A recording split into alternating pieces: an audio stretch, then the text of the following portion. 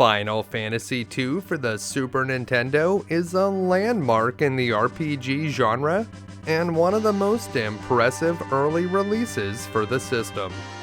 But the Final Fantasy II we got in North America was a lie. It's actually Final Fantasy IV. By definition, the Final Fantasy games are, well, final. Sure, there are some common threads that connect each entry, and a few of them got spin-offs, but for the most part, each game in the series tells a complete story independent from any other game in the franchise. So if you'd never seen the real Final Fantasy II and III, which at the time had only been released in Japan, you'd have no idea that they were missing. So why didn't we get these games in North America?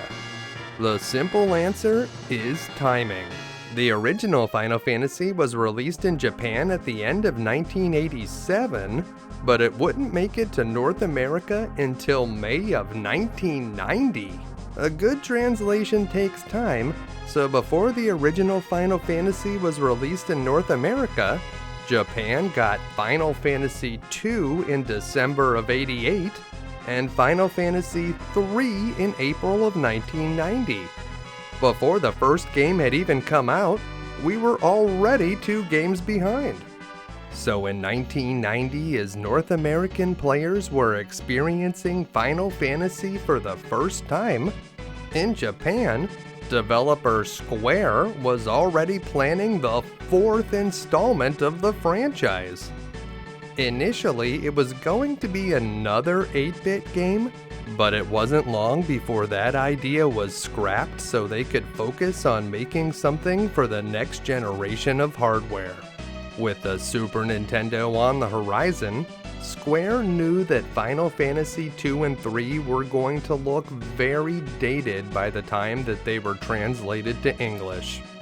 They made the difficult decision to skip translating these 2 games, and so American players wouldn't feel like they were missing part of the series. Final Fantasy IV was retitled Final Fantasy II in North America. Surely that wouldn't get confusing down the road. The new game was directed by Hironobu Sakaguchi, the original creator of the series and the director of the first game. The lead designer was Takashi Tokita, and this was his first major project for Square, but he would go on to be one of the co-directors of Chrono Trigger, and later, he'd also direct Parasite Eve. Final Fantasy IV borrows many elements from the previous game, but introduces the active time battle system, which became the standard for the series all the way up through Final Fantasy IX on the PlayStation. This system was created by Hiroyuki Ito and radically changes the way RPG battles operate. Instead of issuing commands to your entire party and then watching them play out, each character and enemy has a speed or agility stat which determines how quickly it gets its turn. As you choose actions in battle, monsters will be actively attacking you, making every decision more urgent. The beauty of this system is that it not only makes battles more engaging, it also makes them more simple. Instead of having to make multiple choices before each round, you make choices one at a time in the moment. Characters in your party level up normally, and with only a few exceptions, they are locked into one class or job for the entire game. To keep things from getting boring, the cast is constantly rotating as different characters drop in and out of the party.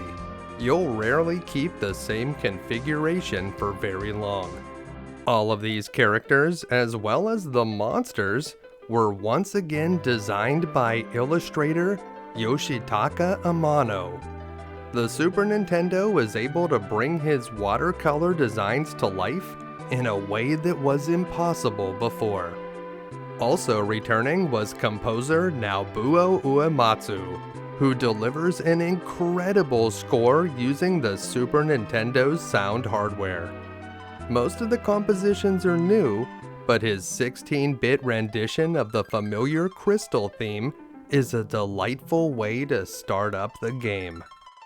Final Fantasy IV was a smash hit when it released in Japan, selling 200,000 cartridges on the first day.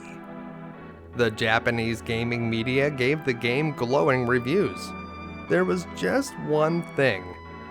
The game was notoriously difficult. The previous game in the series, the original Final Fantasy III, was also difficult, so veterans of the franchise were up for a challenge. Still, someone must have felt that they went too far, because a second version of the game, called Final Fantasy IV Easy Type, was released just a few months later. Easy Type was designed for players who were more interested in experiencing the story than overcoming a challenge. The monsters are a bit less vicious, you level up faster, and many items were removed to make inventory management less of a chore. So which version of the game did we get in North America? If you said Easy Type, you're almost correct, but it was a trick question. While the US version is much closer to Easy Type than the original difficulty, it's actually a unique third version of the game with a more balanced difficulty. It's a good bit easier than the original, but a bit tougher than Easy Type. I actually like the challenge of the original version, but I think Square made the correct decision when they decided to make the US version more similar to Easy Type. RPGs had already been popular in Japan for years when the Super Nintendo released in late 1990, but they hadn't been quite as successful in the US. For many North American gamers, Final Fantasy II was the first real RPG they had played, and for newer players, the intense difficulty of the original version would have been off-putting. Square's decisions all paid off, and Final Fantasy II was quite popular when it released in North America in November of 1991, only a few months after the initial Japanese release. Critics praised the game for its innovative battle system, dramatic storytelling, and incredible soundtrack. The game has been re-released numerous times and has sold millions upon millions of copies to date. There was even a spin-off, Final Fantasy IV: The After Years, that continues the story. Each version of the game is a little bit different, but the core experience is always good. Personally, I'll always prefer the classic Super Nintendo version. In modern times, Final Fantasy II still holds up. Unlike many older RPGs, this game does not require you to spend hours leveling up, and instead briskly whisks you from location to location without slowing down. Many players say this is their favorite Final Fantasy, and it's often recognized as one of the greatest RPGs of all time. When IGN released their list of the top 100 Super Nintendo games of all time, they ranked Final Fantasy II at number 14. Modern players that attempt this game will still have to deal with all of the challenges retro games are notorious for. While the North American version is easier than the original, it's not going to just let you win. You can run away from battles with regular enemies, but if you make bad moves against some of the bosses, it won't be long before it's game over. But what if I told you where to find every hidden path and secret treasure? What if I told you about incredible tricks, like using the trash can you discard items in as a weapon? And what if I told you the best way to defeat every boss? Even Golbez himself? Well, on this episode of You Can Beat Video Games, we'll learn all of that and more. If you're new to the channel, we're doing deep dives on retro video games and giving you the professional strategies that can be used by the casual gamer. Please make sure to subscribe and check out youcanbeatvideogames.com for episode lists, news, and official You Can Beat Video Games merchandise.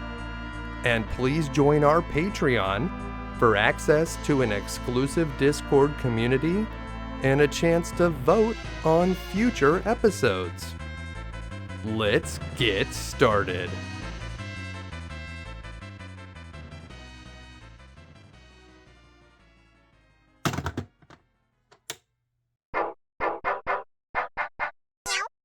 Alright, Final Fantasy II, which we know is actually Final Fantasy IV, just lying about its age. As we start up a new game, we take flight with the Red Wings, a squadron of airships and the most powerful military force on the planet. Unlike the Detroit Red Wings, Baron's Red Wings were a friendly and beloved squadron of merciless battle-hardened soldiers, and under the command of Captain Cecil Harvey, the airships were normally used to put out forest fires or to deliver presents to the good little girls and boys. But today's mission was different. It was dishonorable. See, as a Dark Knight, Cecil Harvey is a bad guy, but he's not a bad guy. So when he's ordered by the King of Baron to take the Crystal of Water from Mysidia and casually murder anyone that resists, it does kind of leave a bad taste in his mouth. What are you gonna do, White Wizard? Cure us to death? Yeah, that guy should have probably surrendered. The Elder finally gives up the crystal and is honestly lucky that we don't bomb this place until it's a smoldering crater. But as we fly back to the castle of Baron with the prize, it's the Elder's final words to Cecil that really stick in his mind. Why is the King of Baron doing this? And why are we pursuing the crystals so eagerly? But it's really just like Scarface said. First you get the crystal, then you get the power, then you get the women. And there's no Queen of Baron right now, so the king really has to do something to get himself out there. I guess the crystal is also somehow essential to our prosperity. The Mysidians somehow knew too many secrets, and because His Majesty said so, that's why we're taking the crystals. As Cecil continues to answer the crew's questions, they're suddenly ambushed by monsters. For the rest of the entire game, we will never be attacked by monsters when flying in an airship, or when we're piloting a vehicle of any type. But right now, when we're in a squadron of 5 airships, 3 float eyes decide to take a chance. Yeah, you can see how that turned out. We're not actually in control of these battles right now, and the attacks that you see are consumable items that were removed from this version of the game. So while there may be buckets of fire bombs and lit bolts lying around on the deck of the Red Wings, we will never get to use those moves during the game. As the last monster fades from existence, we get a message from the pilot that we are nearing the Baron Airport and it's time for the crew to prepare the cabin for landing. The Super Nintendo's Mode 7 effect is on full display here as we drift down towards the castle. As we approach the castle gates, the guards step to the side and the large wooden doors open, revealing Bagan. Growing up, Bagan had a lot of fun nicknames like Bagan Strips, Bagan Egg and Cheese, Everything Baganol, but nowadays he was little more than a royal sycophant. This guy is a real piece of work. Cecil makes one little innocent comment about how the Mysidians were so helpless when we took their crystal, and Bagan runs ahead to snitch on him. What a jerk! As a child, Cecil was an orphan, but he was lucky enough to be adopted by a noble knight that would go on to ascend the throne of Baron and become king. So all things considered, it worked out pretty well for Cecil.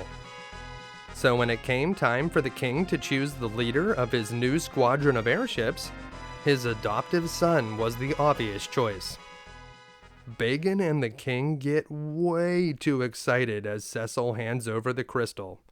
I'm not sure what the big fuss is about this thing. It certainly didn't make the people that we stole it from harder to kill. Cecil is dismissed, and as he's walking away, you can practically see him muttering, "Don't say anything, don't say anything. You know what, Your Majesty? What's going on with all this crystal nonsense?" But that one comment was all the king needed to hear. And with that, Cecil gets fired. Put all your belongings in a box, and security will escort you off the premises. Even worse, since the king was Cecil's adoptive father, it's like we got fired by our dad. Yeah, brutal. And as punishment, our new job seems to be delivering the mail. Yeah, I'd say that's a pretty major demotion from Captain of the Air Force. It's at this point that we're introduced to Cecil's best friend, Kane. Kane was just casually eavesdropping outside the throne room, and no one seems to think that's weird, so I guess that's just something he does. Kane tries to defend Cecil, and for his trouble, he also gets ordered to help deliver the mail. We're handed the package, and then unceremoniously kicked out of the throne room. Outside the throne room, Kane gives us a little pep talk, and then kinda out of nowhere breaks the fourth wall and tells us to walk in all directions using the control pad and talk to every person you meet using the A button. Wow, thanks a lot, Kane. I would have never figured out that I should control the game using this control pad. Kane wanders away, and we're finally left to our own devices, but if you want to have a chat with Kane, he's right over here. I guess it's a little bit naive, but Cecil thought that when he was learning evil, blood magic, dark sword techniques, he was going to be using them for the good of society. This guy wants us to know that the Misty Valley where we need to deliver the package is in the northwest, and that's good information, but over here on the left we can talk to a couple of disgruntled soldiers that should probably keep their opinions to themselves. I mean, Cecil just got fired by his dad for speaking up. What would happen to a regular person? Apparently, the king won't even look at Cecil until he's delivered the package, so we have no choice but to walk away from the throne room. In this part of the castle, you'll see two stairways leading downwards. Those lead to the local schools of witchcraft and wizardry. On the right side, we'll find the white magic class, and we'll hear about someone named Rosa, who's a white wizard. We'll be meeting her soon. Right now, neither Cecil nor Kane can use magic, but magic will be a very important part of the game, and it won't be long before we recruit a wizard or two for our party. In Black Magic class, we'll learn about the three primary elements of magic: fire, ice, and lit. We'll eventually learn 3 tiers of attack magic based on those 3 elements. There are a few other elements in the game, like Earth, but we'll only learn 1 Earth spell, Quake, and we won't learn it until much later in the game. Stand in front of this panel and press the A button to open a hidden door. Inside, we'll find a cure potion, a bit of money, and a tent. A tent is one of the best ways to restore HP and MP out in the field, but you can only use it outside on the world map or at a save point. There's more treasures behind this guard, but we won't be able to get them right now. Outside, we'll meet 2 guys who work for Sid, the master engineer that designed Baron's airships. We will need to meet with these two later on in the game, so make a mental note of where they are, and we can't get into the right tower right now, but we will be able to later. Unlike the right tower, we can get into the left tower right now, and that's actually where we need to go. But first, let's take a step outside and say hello to the soldiers guarding the castle. One of the guys outside has noticed a lingering presence of evil in the castle lately, and you'd think as a guard he would try to do something about it. If you are hoping to leave the castle, you'll be blocked at the front by a pair of guards that tell you it's time to take a rest. So I guess we'll head up here and make our way towards the left tower. As we head across the castle and down the stairs on the left side, we finally run into Cecil's girlfriend, Rosa Farrell. Rosa was concerned about Cecil's safety on his mission to retrieve the crystal, but Cecil just blows her off. She can tell that something is wrong, but he doesn't want to talk about it, so they agree to meet up later. Once we get outside, if we go into this small building on the left, we'll be able to visit Baron's dungeon. It turns out that there were a few wizards from Mysidia that we decided not to kill, and instead we locked them up in this prison because reasons. The white wizard in the middle implores us to return the crystal to Mysidia, but yeah, I think the ship has already sailed on that one. Thanks to the black wizard at the end, we now know that the crystal is not just jewelry, and if we head back outside and make our way towards the left tower, we'll be stopped in our tracks by none other than the master engineer himself, Sid. There's a tradition of naming a character Sid in each Final Fantasy game, and this one is no exception.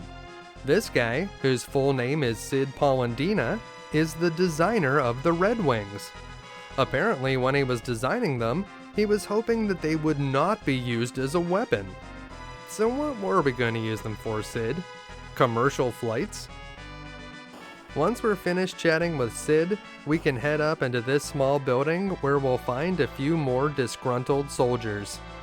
These guys are not happy campers, but they should probably keep their mouths shut or they may end up in jail with the Mysidians. There is a stairway in the lower right corner, and if you head up there, you'll just find a dead end. There's nothing good up here. And that concludes our tour of Castle Baron, so from here we can head back out the door and finally make our way to the left tower. At the top of the left tower we'll find Cecil's quarters, and considering that up until about 10 minutes ago he was a high-ranking military official, you'd think that they would be a little bit nicer. I mean, he just has this tiny twin bed, and he sleeps in it while wearing his full set of armor. That does not look comfortable.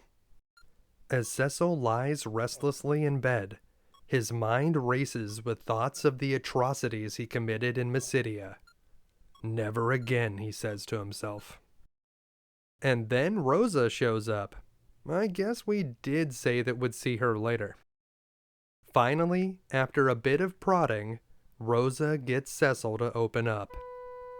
Oh, Rosa, I've just had the most awful day. I had to butcher a bunch of innocent people, and then I got fired from my job. By my dad. Do you still love me? But of course Rosa still loves him. She's his ride or die. And as Cecil hits rock bottom, Rosa gives him the encouragement he needs to carry on. Rosa knows that the journey to the Valley of Mist is dangerous, but Cecil reassures her by saying that Kane will be coming too. I guess that makes her feel better? And with that, Cecil tells Rosa that she should stay at her place tonight, probably because there's no way that they'd both fit in that tiny bed. Cecil thanks Rosa as she walks away. It's nice to have someone believe in you, but he knows that when the morning comes, he'll still be a dark night. Cecil awakens with the first rays of dawn and meets with Kain outside the throne room. The mission ahead could be very dangerous, so Kain recommends that we gather information and equipment in the city. With a nod, the two head down through the gates, and as they finally cross the threshold of Castle Baron, the screen fades away, and our true adventure begins. Just like when we crossed the bridge in the original game, we get a short scene here to let us know that the prologue is over and the game begins now. In the distance, you can see 2 moons on the horizon, and that will certainly come up later.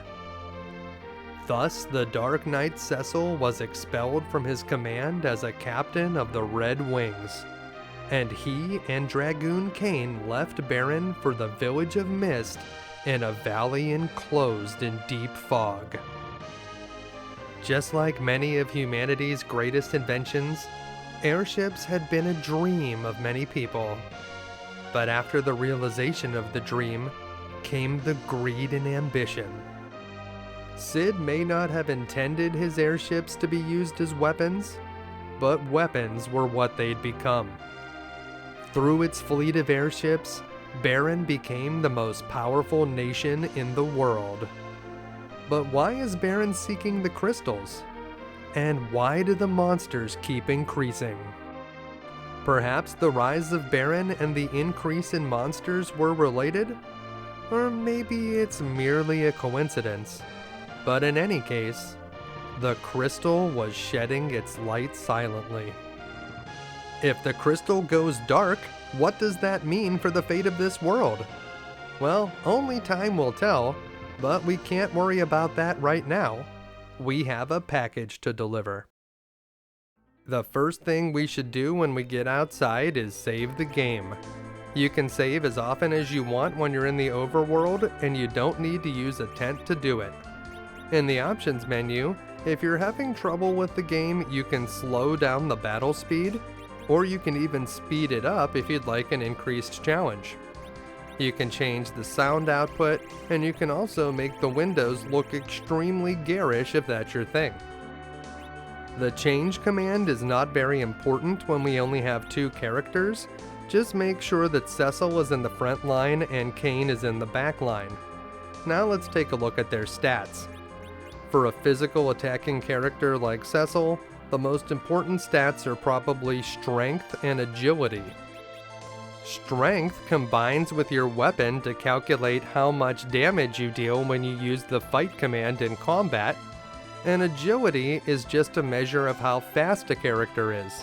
Someone with high agility will get their turn sooner and more often. There's not much in our inventory right now, and Kain recommended that we stock up on supplies before we leave, so we should enter the town of Baron, which is separate from the castle. Right in the front you'll find this building, which is the training room. There's a training room in most cities, and it's very strange. It's like you're teleporting to this same location, because if you've seen one training room, you've seen them all. Over on the right side you'll find some people that tell us about chocobos, and for the American audience, if they hadn't played Final Fantasy Adventure on the Game Boy, chocobos would be a new feature for this game. Even for players that had experienced the Final Fantasy Adventure, there are new types of chocobos in this game, including the big chocobo, which can hold some of your items to free up inventory space. To meet the big chocobo, you need to use a carrot in an area where it smells like chocobos, so if you notice the odor of dirty birds coming from your Super Nintendo, that probably means it's overheating and you should turn it off. You need to find a clearing that has other chocobos. That's where you'll use the carrot. Up here we'll learn about general monster weaknesses and how we should use some weapons as an item during battle to get special effects. These are 2 cornerstones of the strategy that we're going to use. We'll also learn that we should put magic users and ranged attackers in the back line because they'll take half damage from enemy attacks back there. They'll also deal half damage when they do physical attacks, but ranged attacks and magic are exempt. Cain has an ability called Jump, which works like a ranged attack, so we can safely keep him in the back row where he'll take fewer points of damage and he'll still be able to deal the same amount of damage using his jump. Cecil, on the other hand, can't do much other than attack, so he needs to be in the front line, and he'll be exposed to more damage from monsters up there, but he'll dish it out harder as well. Once you're done absorbing the knowledge from all the people upstairs, we can head back to the first floor, where there's a few people we haven't spoken to yet. Over on the left side, we'll find out that pressing the R button will change which character is displayed. It doesn't matter which character is displayed, so feel free to change it whenever you want. You can also change your name by speaking to Naming Way, and he pops up all over the place. We're going to keep the characters' names as they are, just to keep things from getting confusing, but feel free to change them to whatever you'd like. Over here in the lower left corner, we'll find the remedial section of class, where we'll learn about the cardinal directions, and then several people will explain how saving the game works. Thanks a lot, guys. If you die in this game, you will be forced to reload from a previous save, so while it may be obvious, these people are giving us good information. We're not going to be visiting the training room in every town, you can assume that they're all the same. So for now, let's see what else we can find in the town of Baron. Up here is Sid's house. Sid is snoozing at the moment, but we can speak to his daughter. According to Sid's daughter, he's been up all night working, so now he's sleeping during the day. Although if we head over to his bed, we'll see that he's dreaming about a new airship engine, so even in his dreams he might be doing something productive. But that's just Sid for you, always dreaming up something new. Over here on the left side of town we'll find a mysterious locked door, and in this building we'll find the Serpent Road. The Serpent Road leads to Mysidia, but because we kind of murdered a bunch of those guys and stole their crystal, they've closed it off on their end. In here you'll find your standard item shop where we can pick up a few supplies. We don't have a lot of money right now, but we could purchase some cure potions if we wanted them. You'll notice that the ether is extremely expensive, but if you were playing the original difficulty, you wouldn't be able to buy an ether until late in the game, so it's nice that you can buy them at all. Inside the inn, we can find a free potion in this pot on the left side, and at 50 gold pieces per night, the inn in Baron is a very good value, but we haven't taken any damage, so there's no need to use it right now. Near the counter, we see this notice: great dancers are wanted. Well, Cain, I guess if this military thing doesn't work out, we know what our backup plan is. Let's see if this guy has any more information. Money? No, we didn't want a drink. I wanted to ask about the job. Well, it seems like everyone here is afraid of Cecil, and if we press on these crossed swords, we'll open up a hidden door, and inside we'll find a tent, a heal potion, and a cure potion. So that's 2 cure potions inside the inn. Make sure not to miss out on that.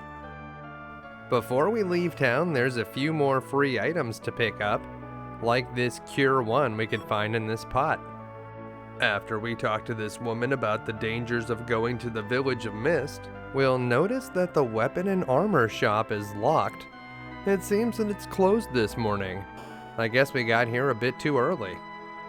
Up here we'll meet Rosa's mother. She has some words to say about what we did in Mysidia, but while we're here, there's a few items we can find, including an ether in her bookshelf. Just remember when you take that ether that you're stealing an old woman's medicine. Over this bridge, we can talk to a child who says that we're a bit scary, but cool. And if you want to see a real show, talk to this dancer. She'll dance around, and some of the jumps that she does are, well, unnatural. And she'll do a few twirls, and yeah, those are some serious jumps. She might be able to dunk. Once you're done watching the dancer, head up here into the water and walk down through the waterfall. Follow the water around, and when you get to this area, you'll find 2 hidden tents. Nice. That's all there is to find in the water, but it's not the only secret in town. Once we get back up the waterfall, we can head down across the bridge, and you see the old woman wearing purple in the upper right corner? That's where we want to head to next. We can talk to her for a clue, but the real trick here is to walk into the trees up above right here. Follow the hidden path to the left, and we'll be able to find 3 items in the tall grass, 2 heals, and a life potion. We'll find that life potion over here on the left, and once we have it, we can leave the town of Baron through this alternate exit in the upper left corner. Once you're outside, make your way to the left, and here's our first battle. It's good to know that you can easily run away from enemies by holding down L and R. So if a battle ever goes sideways, run away and live to play another day. In this small circular forest, we'll have our first encounter with chocobos. Don't miss the hidden carrot in the middle of the tall grass, and if you talk to a white chocobo, it will restore your magic points, but that's not relevant right now. Up here is where we can use a carrot to meet the big chocobo, but we don't need to do any inventory management right now. So we're going to talk to a yellow chocobo, and that will allow us to ride it around the world map. While we're riding a chocobo, we won't be attacked by monsters. Chocobos can't go into caves or dungeons, and this is our first challenge. So we're going to save the game outside and head in to the Misty Cave. The Misty Cave only has 1 floor and a pretty basic layout. We could run away from the monsters we encounter here, but if we run away from all the fights in this game, eventually it's going to catch up to us and we'll be underleveled. If you just fight most of the monsters that you come across, you should level up at regular intervals, and you won't get stuck having to grind out levels at the end of the game. If you fight enough monsters here in the Misty Cave, you'll notice that there are only 8 possible configurations that you could encounter. If you look at the list provided with the monster data on the left side of the screen, the encounters at the top of the list are going to be more common than the ones at the bottom of the list. And you'll notice this one, Imp x3 Sword Rat x1, is number 2 on the list. Both the Imps and the Sword Rat enemies are pretty easy to defeat. Neither of them has a lot of HP, nor do they hit very hard. You can cut straight across these 2 ladders if you want to save a few steps. And in the upper left here, we'll hear a voice that says, "Go back." Did you hear that too, Kane, or am I just losing my mind? In this treasure chest, we'll find a cure potion, and we have the 4 imps again. Keep in mind that the enemies also have a front and back line, so when Cecil is doing a physical attack, he should be attacking the enemies in the front line, or he's going to deal less damage or might just miss the enemies in the back line. Whenever Kane does his jump, he can attack enemies in either line, it's going to be the same. Of course, once all of the enemies in the front line have been eliminated, the other enemies will lose the benefits that they used to have from the back line, and Cecil can attack them with ease. Right now, the sword rats are in the front line, so Cecil should be attacking them first. Kane's jump attack is good against the front or the back line of enemies, but because the sword rats are slightly more threatening, we had him jump on one of those first. pretty much anything can get rid of an imp, so once the sword rats have been defeated, the imps go down quite quickly. Up here, we'll find a healing potion, and then we'll head back down the ladder. There's a tent in that treasure chest you can see right now, and to get it, we'll need to follow this path around. Now, we've seen this battle before, so I'm just going to speed through it quickly, take out the sword rats first, and then finish off the imps. And now back to what we were doing before.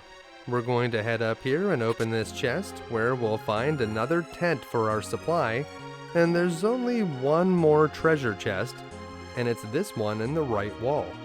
This one's just a cure potion, but you don't have to go out of your way to get it.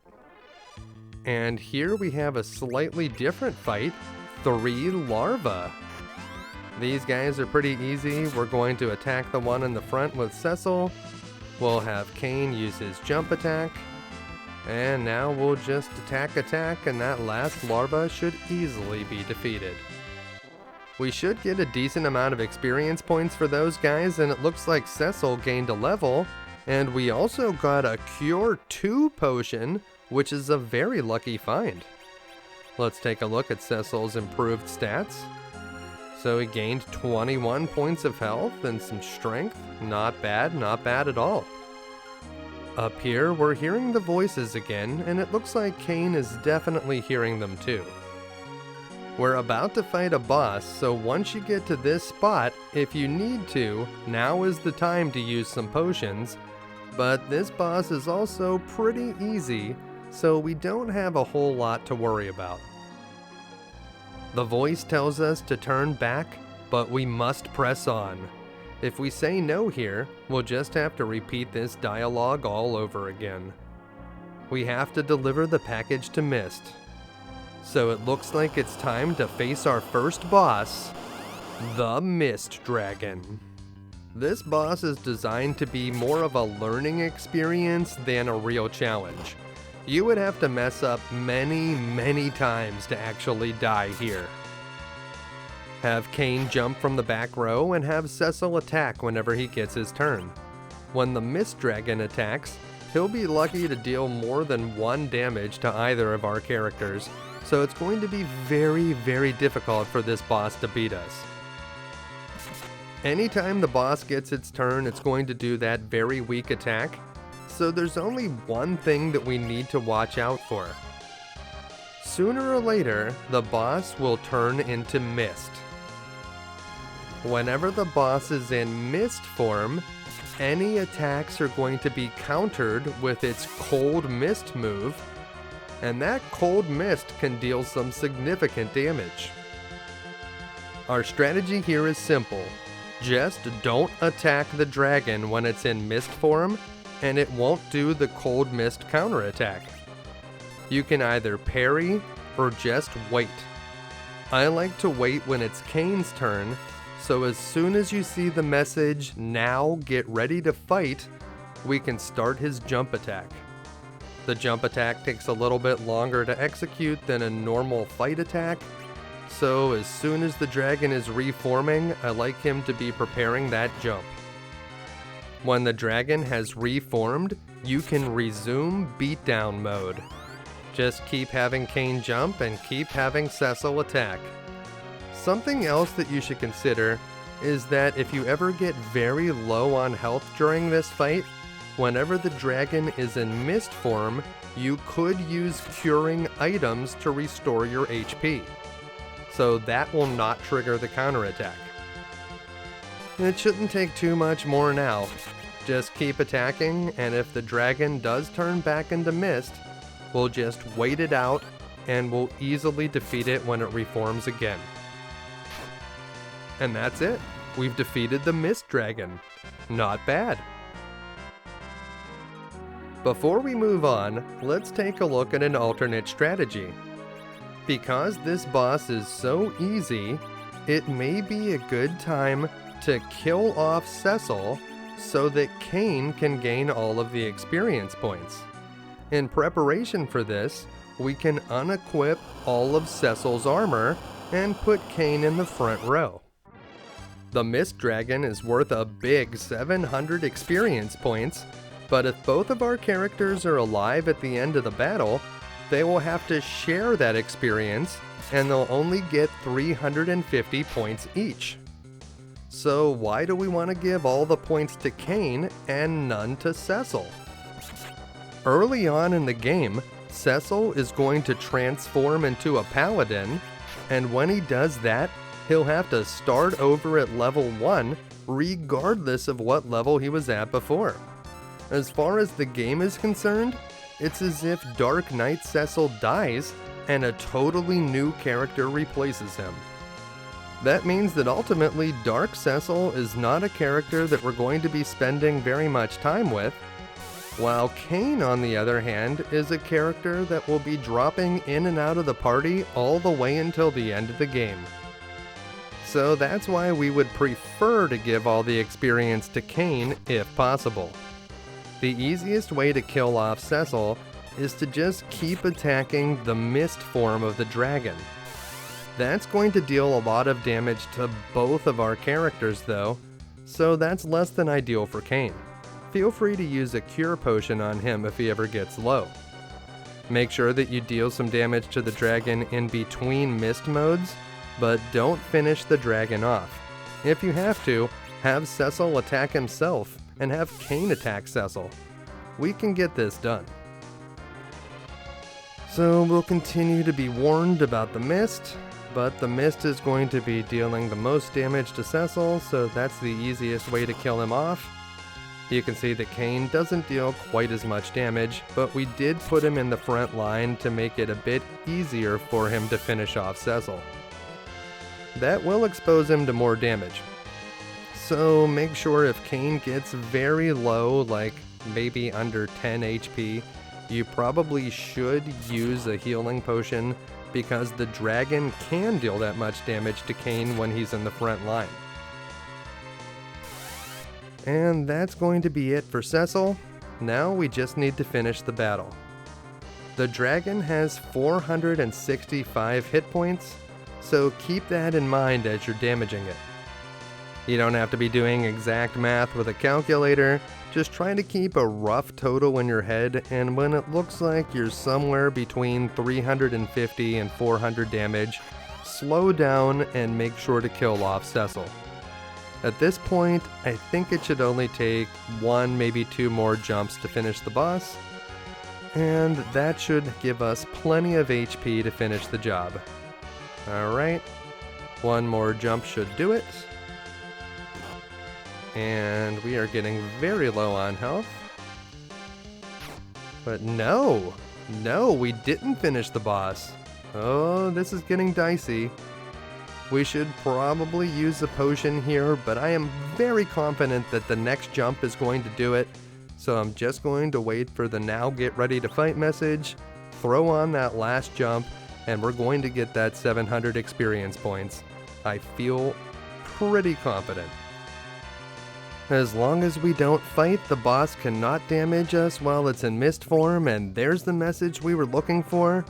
Let's put in that jump and take this one home. And away we go! And there it is, 56 was not enough? Oh no, we're gonna die. I really wish that we had attacked it a few more times before killing Cecil, but I guess it is what it is. Alright, that did it. There we got the 700 experience points, and Cain gained a level. Whew, that was dicey. The good news is, once we get out into the overworld, we can save the game, and if we make it to the town of Mist, after the next cutscene, the game will completely refill our health, so we don't even need to use a tent. What we do need to do is remove all of Cain's equipment. Cain is about to leave the party for a while, and whenever he comes back, he's going to have all new stuff, so we need to unequip everything that he has right now. Once you set foot in the village of Mist, you will miss out on your opportunity to unequip Cain, so make sure to do it now, because as soon as we enter Mist, the package opened automatically. Inside the package that the king had given us to deliver was a swarm of vicious bomb-type enemies that set fire to the village. So I guess now, in addition to murdering innocent people and stealing their crystals, we can add terrorism to our resume. Isn't that just great? As Cecil surveys the devastation, he thinks that it can't get any worse than this.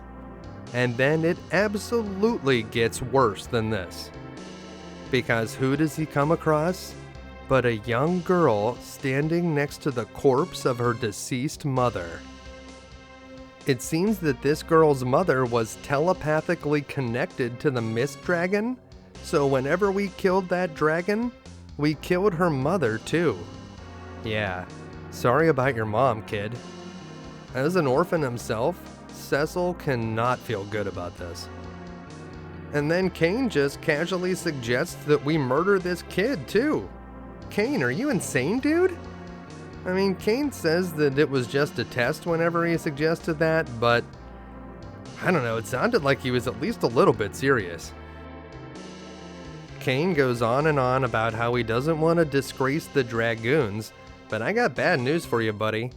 Burning this town to the ground and killing a bunch of innocent people is pretty disgraceful.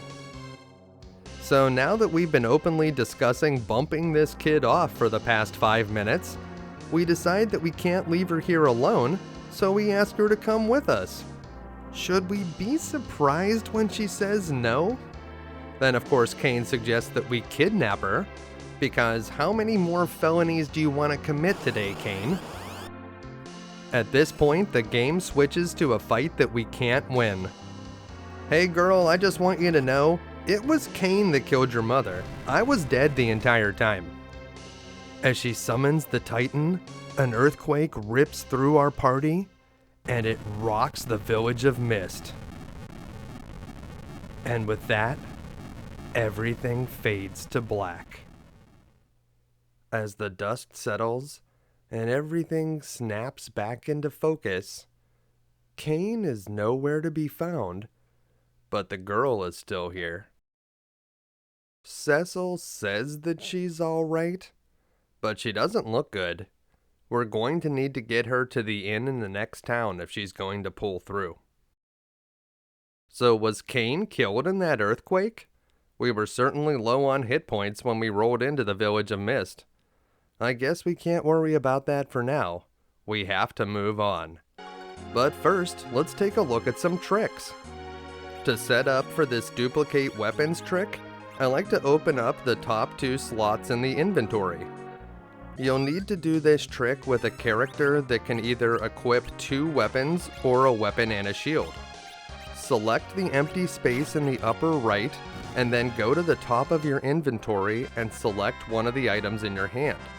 Then select the other item in your hand and return it to the same spot that you started from in the upper right corner. Whichever item you selected second is the one that will be duplicated. Now you will duplicate the other item, but the second item you'll get hundreds of copies of, and you can see when we try to equip the Shadow Sword, we have square 5 of them, which means that we have a whole bunch. That trick is easy to do, but the Mist skip is more difficult. Stand here facing the village of Mist, turn to the left and quickly bring up the menu. Your character should turn to the left but not take a full step. While you're in the menu, use a tent. Whenever you wake up, you should be able to walk onto the city without going in. Now take another step to the right and quickly bring up the menu once more. If you did it correctly, you should be able to save your game before you go into town. Now reset. Whenever you reload your game, we should be standing on top of the village of Mist and will be able to walk right past it. You could try to move on at this point, but the best thing to do is to go back into the city and we'll be able to do some shopping using all of those extra items that we just duplicated. I wonder if this store owner is suspicious at all of how we may have obtained over 250 Shadow Swords, but he's happy to purchase them from us. And then we can buy an advanced weapon, the Dancing Dagger. In fact, we have enough money to buy about 18 of them, although we certainly don't need that many. But hey, we got the cash, so hey, we can buy whatever we want. The Dancing Dagger is awesome.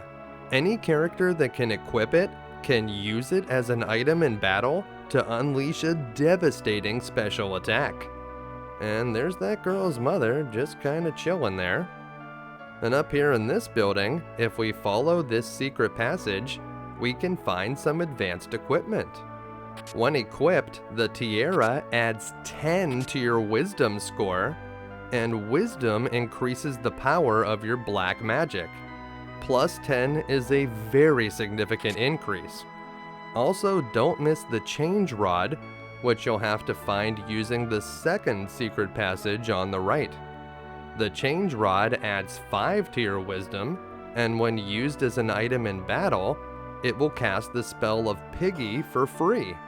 Not bad.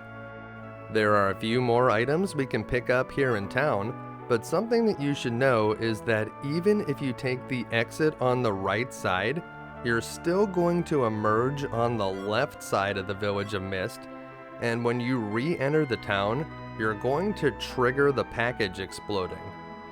You kinda want to do this though, because if you were to move on and head into the Kaipo desert, eventually you'd get to a point where the game would crash.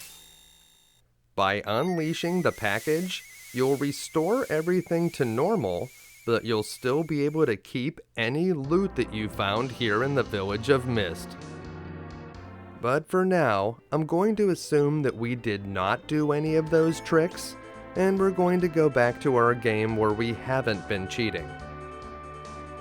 Right now, Cecil is all by himself, and if you meet any monsters here in the desert, it may be a good idea to run away, but we got strike first against these 4 Sandman enemies, and since Cecil can easily kill each one of these in a single shot, we can probably finish this battle without taking any damage at all.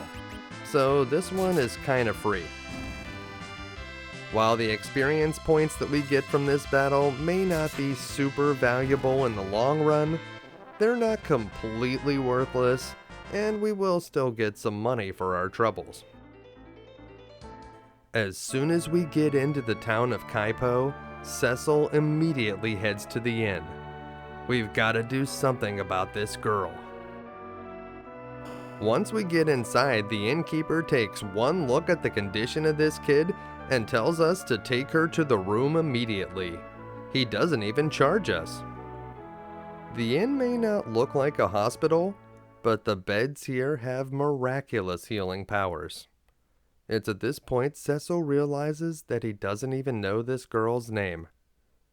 Hey kid, sorry about your mom and for burning your village to ashes, but I can tell you with 100% honesty that I didn't intend to do either of those things. Without a word back, the girl quietly drifts off to sleep.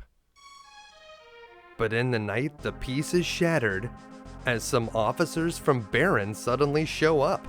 How did they find us? It seems that the king has sent these guys to exterminate any of the callers from Mist that were still alive. Well, I am done taking orders from this king. You can have that kid over my dead body. These soldiers are way out of their league against Cecil. The officer, on the other hand, has quite a few more hit points. If you take out 2 of the 3 soldiers, then you can fight the officer and you'll get a lot of extra experience points for doing that, but we don't really need to give extra experience points to Dark Knight Cecil, so if you just finish off the 3 soldiers, that officer will run away. Yeah, that's right. Head back to Baron and tell the king I'm coming for him. Once the chaos calms down, the girl finally comes around. Although we killed her mother and burned her village to the ground, the fact that we protected her from those soldiers seems to go a long way, and she tells us that her name is Rydia. Rydia may be a child, but she's a very powerful type of wizard called a caller, which means that she can use several different types of magic. She can use normal white and black magic, but she also has access to a very special type of magic known in this game as Call, which allows her to summon very powerful monsters to her aid. Rydia may not know very much magic right now, but she's only level 1 and she will learn magic quite quickly as she levels up. We'll get to leveling up Rydia in a moment, but for now, let's explore this town. Here at the inn, you can spend the night or purchase items, and upstairs, we can speak to some patrons in the cafe. This man tells us about a place called Fabul, but apparently some old man is blocking the way there. This guy tells us about a place called the Antlion Cave that only Damcyan royalty can enter. It doesn't sound like a place that we would want to visit, but I have a feeling that we're going to have to go there soon. A man outside tells us about a sick girl from Baron that showed up around town. Could it be Rosa? We'll have to find out before we leave this place. Before I forget, I'm going to move Rydia to the back line. She's only level 1 right now and has 30 hit points, so monsters will rip her to shreds in the front line. And we'll take in this dancer's performance. It is very creative and includes some synchronized swimming. Nice. Unlike the weapon and armor shops in Baron, the stores here in Kaipo are open for business. Here at the armor shop, we're going to purchase a cap.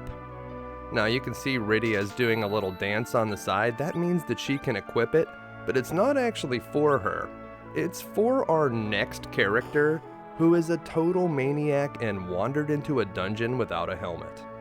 You may also want to pick up an iron ring for our new character, but we'll get one for free in the next dungeon. Word around town is that there's a silver alert out on an old man named Tella. He had a fight with his daughter Anna because he didn't approve of the guy that she was dating. She ran away and Tella ran after her. He hasn't been seen since. This building contains the training room, and it's like deja vu in here. It's strange that there's an exact replica of this building in another town. Outside of that glitch in the Matrix, this guy will not get out of the way. If you press against a townsperson, they'll hurry up, but sometimes they're just facing the wrong direction. Here in the weapon shop, there's some stuff that we can purchase, but we don't really need any of it. You could equip Rydia with a bow, but you're much better off focusing on her magic. Make sure to grab an ether out of that pot. You may need it to replenish Rydia's MP. And do not forget to go into this building before you leave. In here, we'll find Rosa. She's sick and in bed. Rosa is unable to join the party right now. We need to find an item called the Sand Ruby to cure her illness. This event is important because until you meet with Rosa here in town, Tella will not join you in the next dungeon, and he will be blocking the path forward. So until you meet with Rosa, you cannot move on in the game. With that bit of business taken care of, our mission is clear. We need to head to the castle of Damcyan and ask their royalty about the Sand Ruby that we need to heal Rosa. But before we run off to the next dungeon, if we look at Rydia's stats, we'll notice that she is extremely weak right now, and she only knows one magic spell, Chocobo, which she only has enough MP to cast one time. So while this is optional, it may be a good idea to just fight 1 or 2 encounters near town so that we can level her up.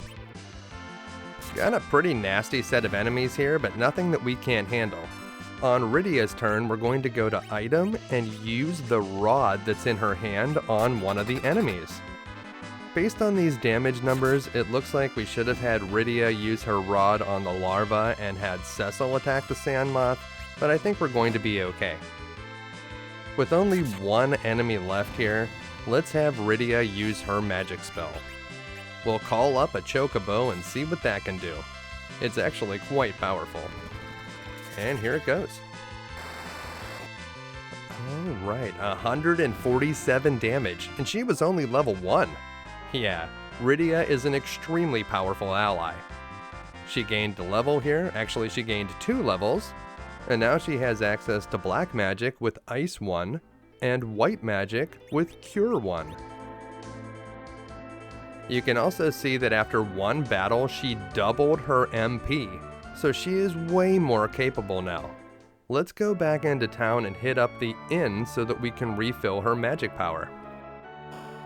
Now that we have Rydia up to level 3, that's gonna be enough for level grinding right now. I hope it wasn't too much for you. Feel free to grind out a few more levels if you want to, but once Rydia has Cure 1 and 20 magic points, I feel like we're good to go. With a good night's rest, we wake up feeling refreshed, and it's time to make our way to the Watery Pass.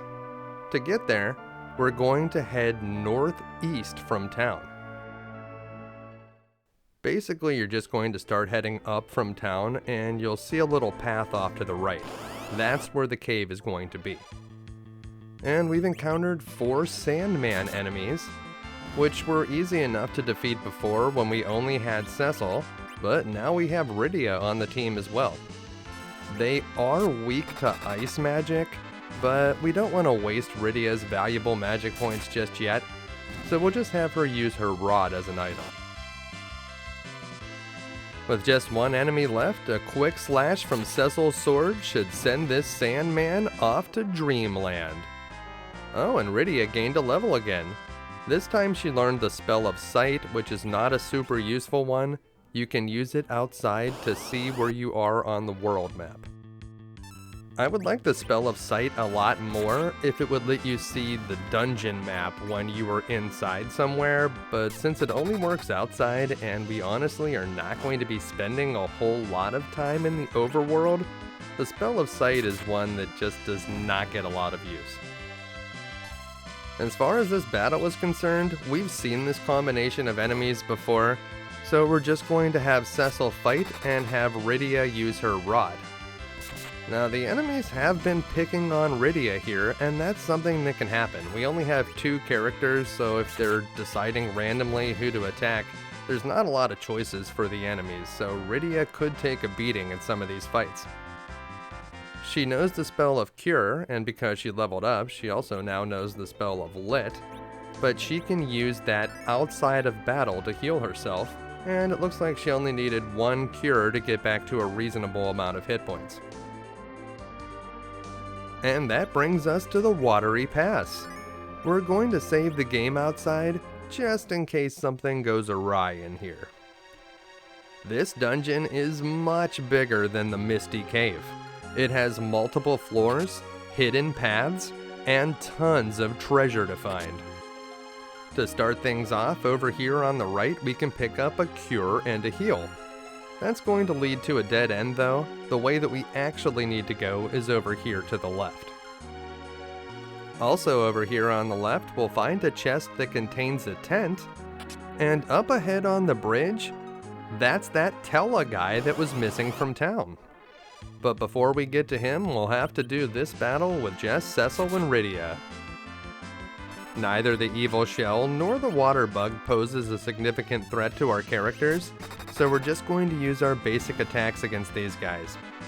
Have Cecil fight and have Rydia use the rod as an item. You can see that whenever they hit, they only deal 1 damage, if they hit at all. The water bug in particular can be completely ignored because it has a lot of HP, but after a few rounds, it's just going to run away. So just take out the other enemies, and that water bug will take care of itself. See, there it goes. See you later, water bug. And with that, we have won the battle. Nice work. With those monsters out of the way, we can finally meet up with Soulja Boy Tella. Tella is chasing after his daughter, who ran away with a guy to the castle of Damcyan. Unfortunately for Tella, Anna's boyfriend had a hovercraft, and Tella doesn't even know what a hovercraft is. Following on foot is difficult, so as long as you met up with Rosa in Kaipo, Tella will join our party. We will certainly be happy to have Tella's magic on our team. There was a time when Tella knew almost every magic spell in the game, but unfortunately he forgot most of them, probably from chugging too many ethers. Tella has quite a few hit points, but we still want to move him to the back line. Leveling up Tella is a strange experience. He will never learn new spells from leveling up. Also, he has 90 magic points, and he will never get more than 90 magic points. In fact, the best thing he will get from leveling up is more hit points.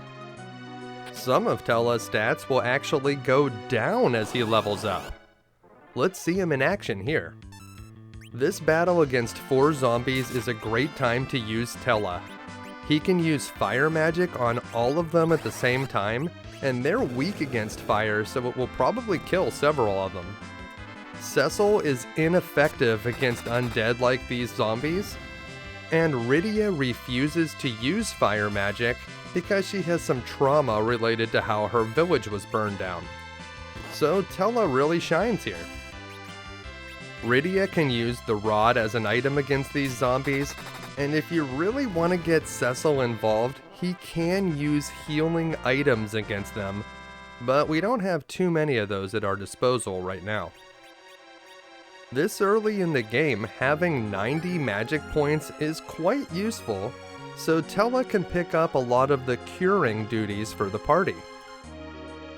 Later on in the game, we're going to really wish that Tella would have more than 90 magic points, but for now it's quite nice. These cave toads are weak against ice magic, so we'll have Tella cast some of that, and we'll just have Rydia use a rod to finish off any enemies that remain. She can also cast ice magic, but she has fewer magic points to work with. Rydia's Chocobo spell is probably the most powerful magic we have right now, so we'll save her magic points until we need them. We found an iron ring in that chest, so we'll equip that on Tella, and then we're going to head down here and to the left. We hit another battle. This time it's 3 pikes. Pikes have more hit points than most of the enemies we've been fighting so far, but they're weak against lightning, so a single lit 1 spell targeting all of them is enough to finish them off. After that fish fry, we're going to head over here to the left and walk into the waterfall, where we'll find a hidden room. Inside there are 3 chests. One contains 1,000 gold, another contains a cure 2, and the last one contains an elixir, a consumable item that can restore a character's HP and MP to full. The elixir is a very valuable item, and we'll try to save it for later in the game. We're fighting the 3 pikes again, but this is what happens if you try to fight them without using any magic. It'll take 2 hits from each character to defeat 1 pike. Tella will be lucky to hit the pike at all, so you may just want to have him parry, but make sure to have Cecil fight and Rydia use her rod. The pikes do not hit hard when they attack our party, so this is a reasonable strategy if you want to conserve magic, but it's so much faster to just use lit 1 that it may be worth the magic points. So one more shot of the rod ought to do it, and that will finish off those fish. We'll take our experience points, and it looks like Rydia learned the hold spell this time. Pretty good. The hold spell is white magic that we can use to temporarily paralyze an enemy. It's not one that we're going to be using very often, but it's nice to have another weapon in our arsenal. After finding those treasures behind the waterfall, we've picked up all of the loot on this floor, so we can head to the upper left corner and move on to the next one. So there's the door, and that will bring us to the second basement. We've faced this configuration before, but the last time we didn't have Tella. So we're going to have him use Lit 1, and I guess we can have Rydia try to use the rod on the water bug, but it's unlikely that we're going to end up killing that thing. Instead, we're going to have Tella use the Psych spell. The Psych spell is a black magic spell that costs 0 magic to cast, and you can steal magic points from enemies with it. Sometimes the Psych spell takes a long time to cast, but the water bug is completely harmless, so we can just kind of wait for it to go off. And there it is. We took in 6 magic points, and it only cost 5 magic points to cast Lit against those enemies, so we actually generated 1 MP from this fight. We could kill that water bug if we wanted to blast it with more spells, but I like this strategy for conserving magic points. And here we have 4 zombies, which reminds me of an important point about that Psych spell. You need to be very careful about which enemies you use it against.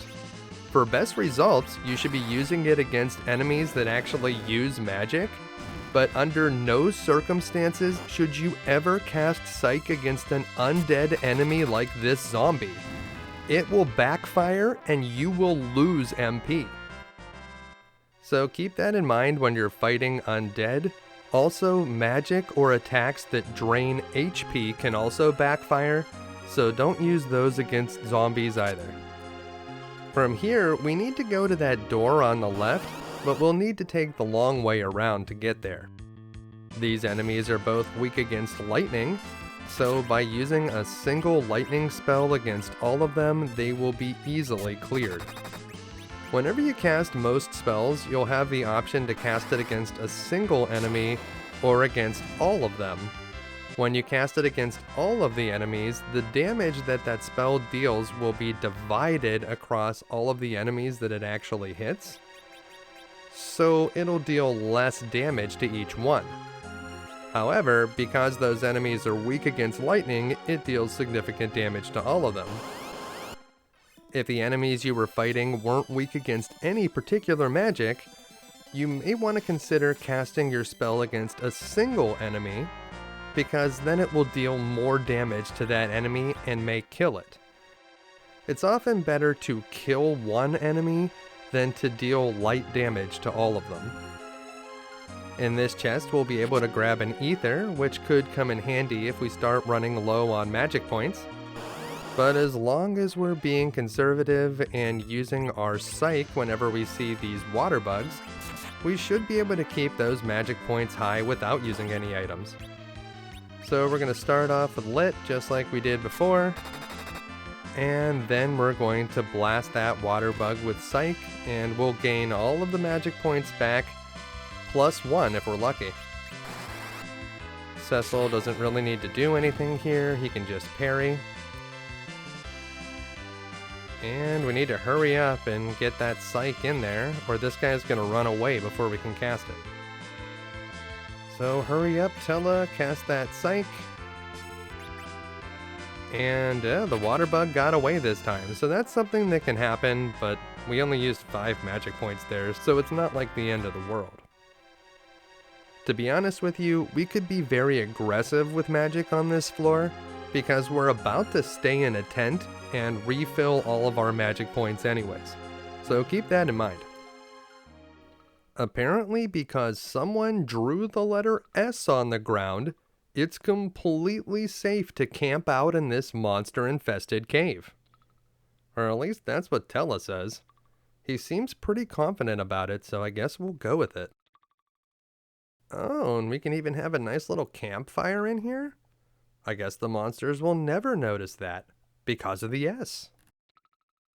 Tella is very impressed with Rydia's magic abilities, and thinks that someday she'll be able to wield powerful magic. Then he says, how sweet, just like Anna's childhood. which is a weird thing to say because from what I can tell, Rydia's childhood has been nothing but tragic so far. What terrible thing happened to Anna's mother? I guess we don't know anything about her. Cecil says his friend is suffering from a terrible fever in Kaipo. Oh man, dude, she would be so mad if she heard you say that. That's your girlfriend, dog. The boss of this place is some kind of monster with 8 tentacles, so it's either an octopus or some kind of hentai monster. I'm really hoping for the former. Well, it looks like we survived the night. Another thing you can do in these special rooms is save the game, so we'll take advantage of that. And then we'll head through the door at the top and get back into the dungeon. On the other side of the save room, we'll see that door that we saw earlier. But before we go in there, don't miss this treasure chest that contains the ice rod. When equipped and used as an item in battle, the ice rod will cast the spell of ice for free. So that's pretty good. You can equip it to Rydia or Tella, but we're trying to save Rydia's magic points, so we'll let her have the ice rod. We've certainly seen this battle before, so we'll just speed through it. We're going to try to psych this water bug and steal some magic points, but it's probably too late. And yes, it did retreat before we got the psych off, but Cecil gained a level. So we can head over here to the right, and we're going to go up through the door. The path forks here on floor B3. If you want to get the treasures, head over here to the right, and if you want to continue, you need to go to the left instead. Neither of these treasures are particularly valuable, so you may just want to skip them. We've seen these zombies several times, but let's give that ice rod a try. We're going to use it as an item. It does need to be equipped, and you'll see that it casts ice for free. Now, these zombies are not weak against ice, so it's not as good as fire, but it's free, so it's not that bad either. It's a lot better than Cecil's attack that does a whole 1. And with that ice rod, we should be able to finish this fight quite easily. If you're wondering why Cecil struggles to harm the undead, it's because his weapons carry the darkness element, and in general, undead enemies are strong against darkness. The exit is up here on the left, and these jelly enemies are not resistant to the darkness element. They're from the Flan family, which means they're resistant to all physical attacks. Period. We need to use magic against these guys. These ones are weak against fire, so we'll have Tella handle that, but the ice rod can at least damage them. Don't worry about attacking with Cecil, you can just have him parry. This time Rydia gained a level, so we'll take a look at her stats. And 14 wisdom. Wow, not bad for a kid. Rydia is getting quite powerful. We'll head through the door, and that will take us back to B2, but a different part of it. Here are those 3 pikes again. They're not weak against ice, but they're not resistant to it either, so the ice rod does an okay job against them. This lit one is going to finish the job no matter what though. I'm certainly not shocked to see that spell worked. And from here we're going to go through this secret passage on the left. If you can't see the secret passage in your game, just turn up the brightness on your TV. Now here's an interesting set of monsters. Because there are 6 monsters on the screen, when Tella uses his lit magic against all of them, it's going to be divided up 6 ways, so it's going to deal less damage than it has in previous battles. Ideally, we'd like to be able to cast lit against just the 4 enemies in the front, but the game doesn't work that way. You can choose to target 1 enemy or all of them, nothing in between. We had hit those pikes already, so that's why the lit was able to clear them out, and with 1 more hit each we should be able to finish off the evil shells. Now we can try to use Psych on the water bug and get our magic points back. We know that those guys are going to run away, so we could try to kill one of them, but more than likely they're going to escape before we get the chance. And there's that psych, so we're glad to get that off. And one of these enemies is certainly going to retreat, and the other one should not be very far behind. These enemies are just running a script, and they're going to retreat sooner or later. We can just parry in case it decides to attack us, and there's the retreat, ending the battle. With those enemies out of the way, we're just going to keep following the hidden path, and over here on the right side, we'll find a treasure chest containing a leather helmet. The leather helmet is a decent piece of equipment, and because Rydia has the fewest hit points in our party, we'll give her the upgrade. If you forgot to buy a helmet for Tella before you came to this dungeon, now's a good chance to equip him as well, so don't forget about Tella if you didn't bring a cap from Kaipo. This chest contains a cure potion, and then we'll be out the door which leads to the Watery Pass north. There are some different possible enemy encounters in this part of the Watery Pass, but we've seen this configuration before.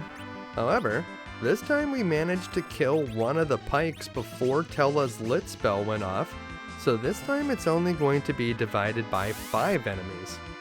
Let's see how that plays out. You'll notice that it dealt considerably more damage and actually killed both evil shells this time, and then Cecil was able to finish off the last remaining pike. Typically you'd like your characters to go faster, but in this case Tella's slowness kinda worked out in his favor. Now we'll just cast the psych spell and try to recover our magic points, and we'll do our best to kill one of these water bugs to get some extra experience points, but chances are it'll run away and we'll get 0 for it. We did get the psych though, so that's good news. And a few more fights and there's the first retreat, and the second one is rarely far behind. And we've done it again. Nice work. There are some good treasure chests on this floor of the Watery Pass. Over here on the left side we can pick up 2 ethers, which could certainly come in handy, but the best stuff is over on the other side of the ravine. So we'll head back up this ladder, and well, we've seen this configuration of enemies before, so we'll just speed through this battle. You know what to do. Try to take out one of the fish in the front row, have Tella use Lit 1 on everything, and then try to get your magic points back by using Psych on one of the remaining water bugs. If you'd like to kill these water bugs instead of letting them retreat, feel free to use more magic spells against them. We're almost to an exit that leads to the Overworld, so we'll be able to recover our magic points using a tent very soon.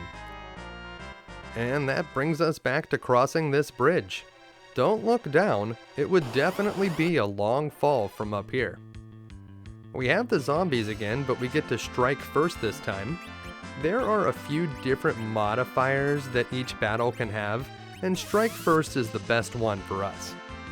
Instead of strike first, we could be surprised, which will allow the monsters to attack us several times before we can hit them back or run away. But even worse is the dreaded back attack.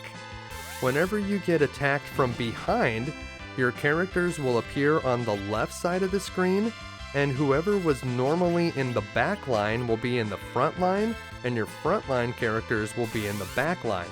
It also works like you were surprised, so the enemies will get to attack you a few times before you get to hit them back, meaning that your backline characters could take a pretty serious beating, so watch out for those back attacks. Rydia leveled up and learned the spell of Venom, which is a very weak spell. It will poison an enemy, which causes them to take damage over time, but it's not a whole lot of damage, and it will take a long time for that damage to be significant. Out on this precarious platform, we'll find the Darkness Sword. The Darkness Sword deals twice as much damage as the Shadow Sword we had equipped before, so make sure not to miss this. And that brings us to the door that leads out to the Overworld. Before we exit, Tella recommends that once we get outside, we use a tent.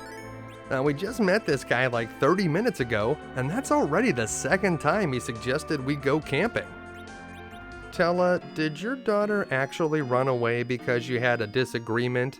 Or did her boyfriend get weirded out when you scheduled a dozen camping trips in a 7-day week? Anyways, on the other side of that small strip of land, we'll find the Waterfalls. All you need to do in the first room is jump into the water, and it will bring you down here. The Waterfalls is a smaller dungeon that will take us to the boss of this area, but there are some good treasures to find. We'll meet some new monsters in this area, like this alligator that has 130 hit points. Too bad for the alligator that it's weak against ice, and our ice rod can cast ice for free. So it's not going to survive that. Tella can clean up the pikes using his Lit 1 magic, and that battle will be easily won. From here, we're going to head down this ladder, where we'll find 2 treasure chests that contain items from the Darkness set. The Darkness set is better equipment for Cecil, so equip his arms with the Darkness Gauntlet, and over here we'll find the Darkness Helmet. Apply those upgrades, and then we're going to head to the upper left.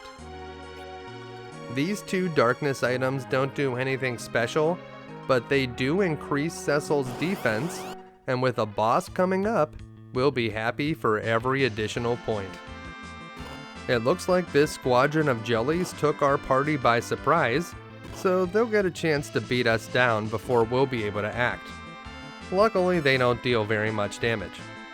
Remember that we won't be able to effectively use physical attacks against these guys, and anytime you see an enemy that looks like this, it's time to get out your spell books and use some magic. The jellies are red, which makes it easy to remember that fire is their weakness. So we'll have Tella cast his fire magic, and we'll still have Rydia use the ice rod. They don't have any resistance to ice, they're just not weak against it. Through this door, we'll find the lake. We're getting very close to the boss now. But before we can fight it, we'll have to face this combination of the alligator and 2 pikes once again. We know what to do here. Rydia's ice rod is going to deep freeze that alligator, and then Tella's going to spice things up with his lit magic, which will blast the remaining enemies. Cecil can attack if he wants to, but he probably won't have time. With those monsters vaporized, we can continue our walk around the lake. Once we get over this bridge, we'll find 2 treasure chests. One of them contains an ether, but the other contains the darkness armor, which we'll want to equip right away. Just like the other darkness items, it doesn't do anything special, but it does provide more defense for Cecil. There are 8 possible monster configurations down here, but we got the 4 jellies again. They are the most common set of enemies that we'll find in this area. With the boss right around the corner, keep an eye on your MP. After this battle is over, you may need to use an ether. That's fine. You just want to make sure that Tella and Rydia both have a good number of magic points before the fight ahead. Those tentacles in the water up ahead are the boss, so don't step on the space right in front of the tentacles until you've healed your party and used any items that you might need. Once we step forward, the tentacles will close in. It's time to face Octomam. Octomam is an abbreviation for the Octo Mammoth, and all this monster does when it gets its turn is attack a random member of your party. Like many other aquatic enemies, it's weak against lightning, and it also happens to be weak against darkness, so Cecil's attacks are particularly good against this guy. Tella should be exploiting the weakness to lightning by casting Lit against the boss, and Rydia should use her Chocobo Call magic. It typically will deal more damage than a Lit spell. As Octomam takes damage, it will start to lose arms. And when Octomam loses an arm, it gets slower, which is good for our team. This also makes it very obvious when the boss is about to die. When it only has one arm left, it will be at its slowest point, and you'll know it's about to go down. You also may have noticed that the Octomammoth is worth 1,200 experience points, which is quite a few. We already know that it's a good idea to kill off Cecil when we're about to get a lot of experience points, because Dark Knight Cecil won't be with us for much longer. Also, Tella's not going to make it to the end of the game, so for this fight, it would be a good idea if Rydia got all of the experience points. It's a little bit reckless, but whenever we notice that this boss only has one tentacle remaining, we're going to stop attacking it for a while, and we're going to turn our attacks against our own team so that we can kill off Cecil and Tella. By using a bit of magic, it will be very easy to kill off our own people. This is certainly optional, but there's a second reason to do it. Cain was in our party earlier, but he's not in our party right now. That doesn't mean he's not gaining experience points, and Cain will be gaining experience points off screen, and the amount that he gains is the amount of experience that you see at the top of the screen at the end of the battle. That means Cain will also gain additional experience points if we kill off Cecil and Tella here. So we need to make sure that we don't actually finish the boss. It will still take a few more Chocobos to finish it from here, so it's okay to do a bit of damage. But we need to start turning the attacks against ourselves. And you can see that Tella is very good at this by using his lit magic, and Cecil not quite as good as our other team members. Rydia has the Ice Rod, which is pretty good. That dealt 38 damage to Cecil, and now you can see he's close to death. Another lit spell or two should finish off Tella. We do want to make sure that Rydia stays alive, so if you notice that her HP is particularly low, you may want to use a curing spell before Tella goes down. But I think we're going to be fine. Another Ice Rod or two should take out Cecil, and thanks for the assist there, Octomam.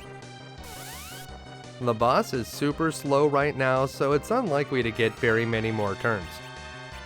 Now we'll just use a few more Chocobo spells to finish it off, and we'll be able to collect the 1,200 experience points for Rydia, and we'll also throw an additional 1,200 towards Cain.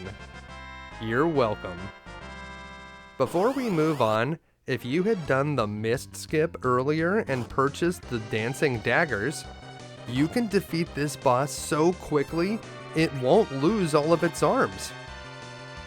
So whenever Rydia gets her turn, we're going to use the dancing dagger as an item, and it dealt 200 damage, which is quite a bit more than she was dealing before. She's dealing Cecil level damage right now. Tella can keep going with the lit spells, but this guy is not going to survive very long at this rate. So let's use that dancing dagger again. It doesn't expend the dancing dagger, you can use it as many times as you want. That time it dealt 256 damage. So we're just chopping chunks off of this monster, and it's happening so fast that the game's not going to be able to keep up with losing all of the arms. We'll see how many are left when we actually kill this beast. Let's use that dancing dagger again. It's unfortunate that Tella is unable to equip the dancing dagger. It'd be nice if more than one of us could use it. And we'll just keep going with the lit spell. Alright, over 100 that time. Not bad, Tella. 216 from Cecil. Down to 3 arms now. I think this guy is about done. Let's see if we can finish him with 3 arms left. And here's the dancing dagger. Only 176 that time. Pretty underwhelming, but a critical hit from Cecil. And there you go. That's how you beat the Octomammoth with multiple arms remaining. Regardless of how you decide to defeat it, once the Octomammoth is out of the way, we'll be able to head back out to the overworld and make our way to Damcyan. Once you're outside, save your game, but don't worry about using a tent. We'll be able to refill for free inside of this castle, and oh no, it's the Red Wings. And it's gone. Well, that can't be good. We better head inside and survey the damage. Inside, the castle was in ruins. Scattered across the floor are the bodies of its fallen defenders. Don't worry, guys. Baron will pay for this outrage. I'll see to it. It seems that they also took the crystal, and I have no idea how they managed to do that. They were just bombing the heck out of this place. Did someone climb up on the top tower and like throw it to them? Maybe that is what happened. In this room, we find more bodies and a single chest that contains a tent. We need to make our way upstairs. Before we move on here though, it's a good idea to unequip all of Tella's items. He might be leaving the party soon. This is especially important if he's holding something good like the change rod. You certainly don't want to give that up. So strip down Tella and get ready, because that wounded woman is his daughter Anna. As Tella comes to grips with the situation, from out of nowhere appears a bard. And yeah, that bard's way too spoony to be William Shakespeare. It's gotta be Edward Chris von Muir. What ensues here is the most famous scene in the entire game. Thanks to a strange translation, Tella calls this guy a spoony bard. Tella was never great at dealing damage with his physical attacks, but he looks especially weak now that we've stripped him of all his gear. Yeah, nice try there, Tella. Can't even do a single point of damage to a bard? Come on, man. And Tella will try one more time, 7 damage that time, before Anna wakes up and puts a stop to this nonsense. We all kinda thought Anna was dead, but considering that she seems to be hanging on by a thread, maybe someone can hit her with some cure magic? I mean, that's worked pretty well on everyone else. Tella asks if she's alright, but it sure looks like she was standing out here when everything exploded, so I don't think so. Instead of answering his question, she explains that Edward is actually the prince of this castle. It seems that this attack was orchestrated by someone named Golbez, who apparently took over Cecil's job as captain of the Red Wings. We also find out that Anna sacrificed herself to protect Edward during the attack. Although I don't know if her sacrifice needed to be permanent. I mean, we have at least 2 people here that can cast healing magic, and a guy that definitely knows how to use a potion. I mean, can't anybody do anything? But instead of casting a cure too, Tella just gets very mad and decides that he's going to try to take on this Golbez character alone. And with that, Tella leaves the party. We're gonna miss that guy. Edward sobs heavily as he mourns the death of the woman who sacrificed herself to protect him. And then, kind of out of nowhere, Rydia calls him a crybaby. Wow, that seems pretty savage from the person who recently lost her mother and had her village burned to the ground. But I guess it does kind of snap him out of it. Edward wants to just stay here with Anna, but Cecil has another idea. Tella just left the party, and we had heard before that only the Damcyan royalty can get into the cave where the Antlion lives, so we need this guy's help. Cecil tells Edward about his friend, who I'm totally not dating, she means nothing to me. But Edward can read between the lines. He can tell that Rosa seems to be an important person, and says you shouldn't lose your loved one. It turns out that the sand ruby is created when a giant monster lays its eggs, so all we need to do to get it is crawl into a dark, treacherous cave where we can rip the ruby from the monster's jaws. Simple. Edward seems convinced that he should join our party, and the best thing about him joining the team is that he comes with a hovercraft. Whenever we're riding in the hovercraft, we won't be attacked by monsters, and we can use it to float across shoals, which will allow us to get to new areas. Edward says one last goodbye to Anna and watches as her body fades away. I'm pretty sure that Anna's not a Jedi, but bodies frequently just disappear in this world. That's why the local police only solve about 20% of homicides. Before we go riding off in the hovercraft, we should immediately go back to the castle. There's some hidden treasure here that we haven't found yet. Over here on the right side, we'll find a small building that leads to the castle basement. You'd think that when the Red Wings were bombing the place, everyone should have run down here, but it doesn't seem like there were any survivors in the basement as well. If we open this door, we'll find a few chests, and if we go downstairs, we'll find even more. The ones up here are pretty good, including a ruby ring and a crossbow. Nice. Downstairs, we're mostly going to find potions, but we'll find a nice stock of white arrows, which add a holy element when used with a bow. The white arrows are certainly going to come in handy later, so make sure to pick those up. We've picked up a lot of items down here, so now may be a good time to use the sort function in our inventory.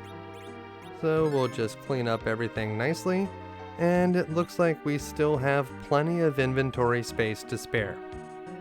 And that's all of the treasure to find here in the castle, but that's not the last thing that we want to do here.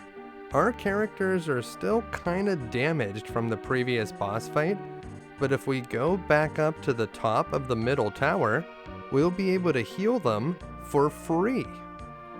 So we'll go up through this door, head up here, and then we'll go straight up these stairs. And on this floor, there's a magic pot on the left and the right. On the left side, you'll be able to restore your hit points and remove any status abnormalities, while on the right side, you'll be able to restore all of your MP. So you can see our status on Edward now.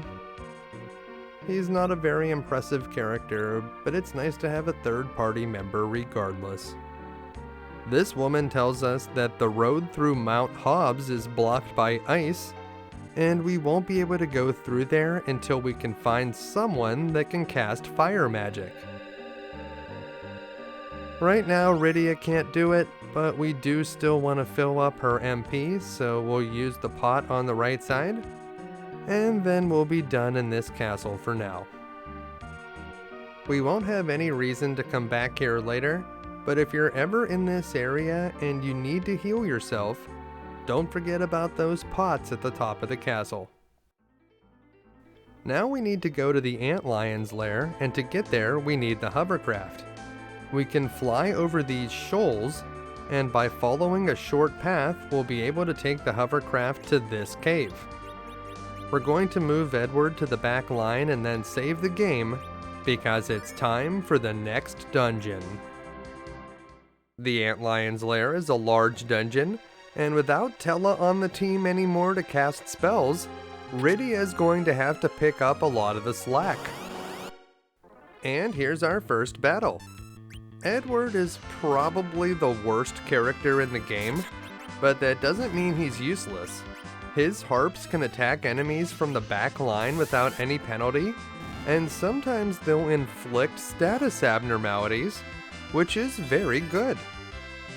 This Weeper just fell asleep because of Edward's attack, so yeah, I think that's quite useful. Edward's harps can also hit enemies in their back lines without any penalty, so he's free to attack whoever he wants. Cecil gained a level after that fight, so let's take a look at his status. He's up to level 14 right now, and Dark Knight Cecil is getting quite powerful, but once he becomes a Paladin, all of those levels will be for nothing. If you need any healing, you can have Rydia cast cure spells outside of battle, or you can always use some of the cure potions that we've picked up. Here we have a turtle and 2 imps. The imps are the same old imps we've been fighting this entire game, and we know that they're not very dangerous. But the turtle's a little bit bigger. He has a good bit of hit points, but he is weak against ice, and well, Rydia has that ice rod, so we'll make short work of this turtle by using it. Once the imps in the front line have been clear, Cecil will be able to deliver the coup de grace, and Edward gained a level this time. Now let's head down this way so we can pick up those treasures. There are quite a few treasure chests on this floor, but most of them are fairly unexciting. Over here we'll be able to pick up a Cure 1 and a tent. Great. And we're facing that same fight against the 2 imps and the turtle again. So we know we want to take out those imps in the front line. We'll let Edward take care of the second imp, and we want to make sure Rydia is using that ice rod so we can exploit the turtle's weakness, and she's almost able to kill it in a single shot, but we'll have Cecil finish the job. And with that, Rydia gains a level and learns the spell of Warp. Warp is a very handy spell. You can cast it to go back to the last stairway that you went down when you're in a dungeon. If you cast Warp enough times, you'll be able to get to the dungeon's entrance. Not bad. It's not as good as, say, the Exit spell, but in some cases the Exit spell doesn't work, and the Warp spell does. These cream enemies are from the Flan family, and just like the jellies that we met back in the Watery Pass, physical attacks are not going to work against these guys. These ones are yellow, so they are weak against lightning. Rydia should use Lit 1 targeting all of them, and our other 2 team members can just parry. Edward leveled up again, and if we go underneath this bridge, we'll be able to grab a Cure 1 potion. Then we can head down here, climb up this ladder, and if we go all the way to the top, we'll be able to grab 210 gold pieces, but not until we take out these enemies. Of course, we've seen that configuration before, so we just sped right through it. And we'll continue heading towards this chest, which contains the money. Once we have the cash, we want to head down to the door that's labeled A on the map, but first we have to face those cream enemies again. Remember, our physical attacks aren't going to work here, so we just need to wait for Rydia to get her turn so that we can hit them all with Lit. And that will clear those out. Very easy battle. Oh, and we got a cure potion. I guess that's helpful. And we'll head down through doorway A, which will take us to basement 2. There are some different monster configurations on this floor, but we're facing the 4 creams again. Let's try out Edward's Sing ability. When Edward uses Sing, 25% of the time he'll try to put a monster to sleep, 25% of the time he'll try to confuse a monster, 25% of the time he'll try to mute a monster, and 25% of the time it will do absolutely nothing. Whenever you use Sing, it doesn't take into account a monster's resistances, and it certainly doesn't take into account if mute would even be good against the monster in question, so there's a very good chance that it won't do anything relevant. With Edward, you're much better off attacking the enemies so that you'll at least deal some damage, and if they happen to fall asleep, well, that's a bonus. Because Edward's attack put the Weeper to sleep, we can focus our attention on the turtle. A shot from the ice rod and an attack from Cecil remove it, so now all we have to do is defeat the Weeper, and this battle will be done. Cecil's attack will probably finish it, and it does. Good work, team. Edward does have one other ability, the ability to hide, but that just takes him out of the action. He'll automatically hide if his health ever gets very low, and this is more annoying than anything, because while Edward is hiding, you'll have no way to heal him with magic or potions. I kinda think Edward might be better if he did not have the ability to hide, but that's just my opinion. Over here we'll find a life potion, and you definitely want to go into this room where we can find a new weapon for Edward, the Charm Harp. The Charm Harp is an excellent weapon. Not only does it deal more damage than the Dreamer Harp, but enemies hit by the Charm Harp might become confused and then attack their own team. With exception to enemies that are immune to confusion, this is much better than the sleep ability that our previous harp had. You can see there's a secret passage down here at the bottom, but if we want to collect all of the treasure, we need to head up this way instead.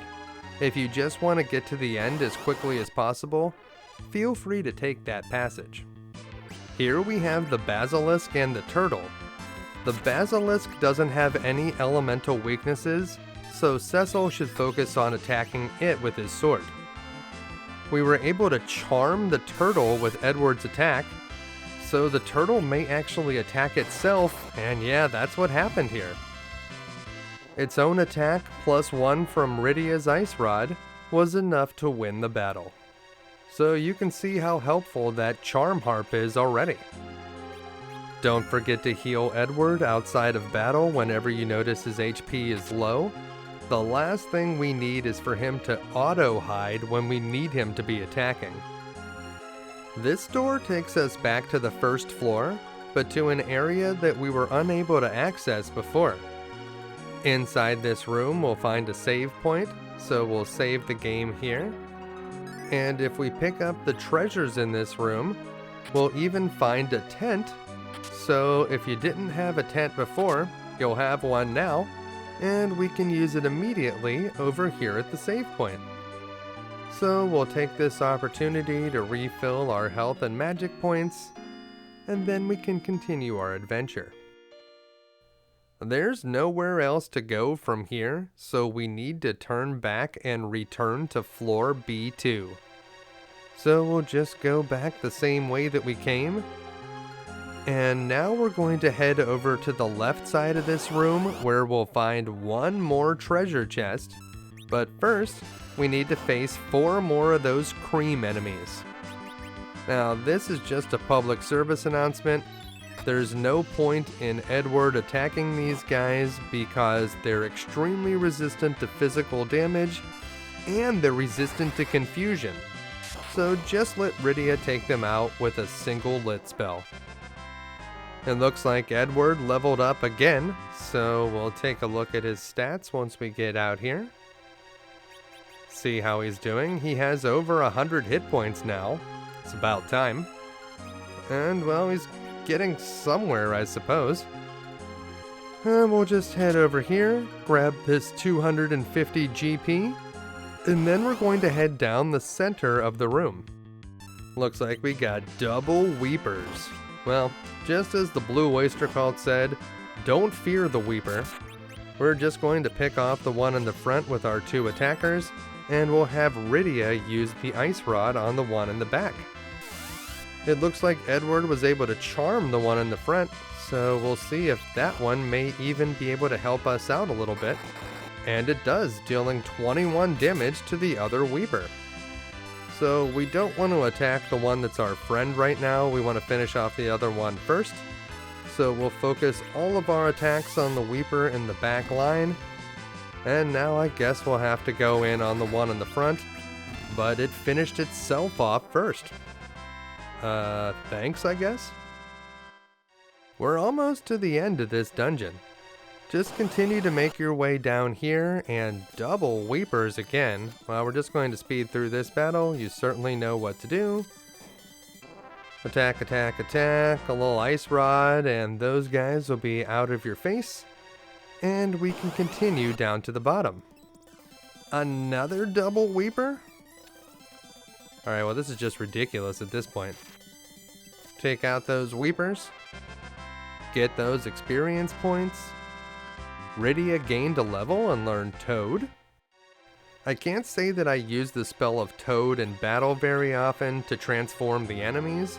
However, if one of your own characters gets turned into a Toad, you can cast the spell of Toad on them to counteract it. So in some ways it's like a remedy for Toad, and that's very useful. Don't worry about exploring this enormous room, there are no treasure chests here. Just make your way to the bottom, and Edward says that the Antlion is tame, but maybe not so much. It's time to face our next boss, the Antlion. The Antlion may look menacing, but it's probably the easiest boss we've faced so far. Anytime you do a physical attack on the Antlion, it will do a powerful counter that can deal significant damage. Whenever you cast a spell against it, like Chocobo, it does not respond with a counter. Other than the counters, the Antlion's regular attack is extremely weak and will be lucky to deal more than 1 damage to our characters. And that's it right there. That means if we only used magic against this guy, we would barely take any damage at all. Cecil's attack is probably worth it, so we'll have Cecil continue attacking the Antlion in addition to casting the Chocobo spell with Rydia. But Edward's attack is probably not worth it, so we're just gonna have him parry, and if anyone's health gets very low, he could be the one that uses a potion on them. Because this boss is so easy, this is another great opportunity to kill off all but one of your characters so that the remaining character can collect all of the experience points. This time that character should be Rydia. Edward won't be with the party for very long, and we already know that Dark Cecil is practically going to die when he turns into a Paladin. The only real danger here is if you don't hit Edward hard enough, he may automatically hide, and that will make it very difficult to kill him off. It'll make it difficult for you to do anything with him, really. So just try to set it up so that you can use some powerful magic to get that last shot in on Edward, assuming you're going to attempt this strategy at all. If you want to just defeat the Antlion, just keep using magic against this guy, and eventually he'll go down, no problem. I think just a few more attacks should finish off Cecil, and you can see how the Antlion is really not participating in this at all. He's just not going to deal almost any damage to Rydia with his attack, and she can continue using the Chocobo magic until she runs out of MP, and then she can use the Ice Rod to get whatever damage remains. And now we'll gain that 1500 experience points, but before we move on, if you had done the mist skip earlier and had the dancing daggers, both Rydia and Edward can equip them, and the special attack that the dancing daggers do when you use them as an item from your inventory, that is not something that the Antlion will counter. This thing only has about 1,000 hit points, and with the dancing daggers hitting it for over 300, it will not last long against this strategy.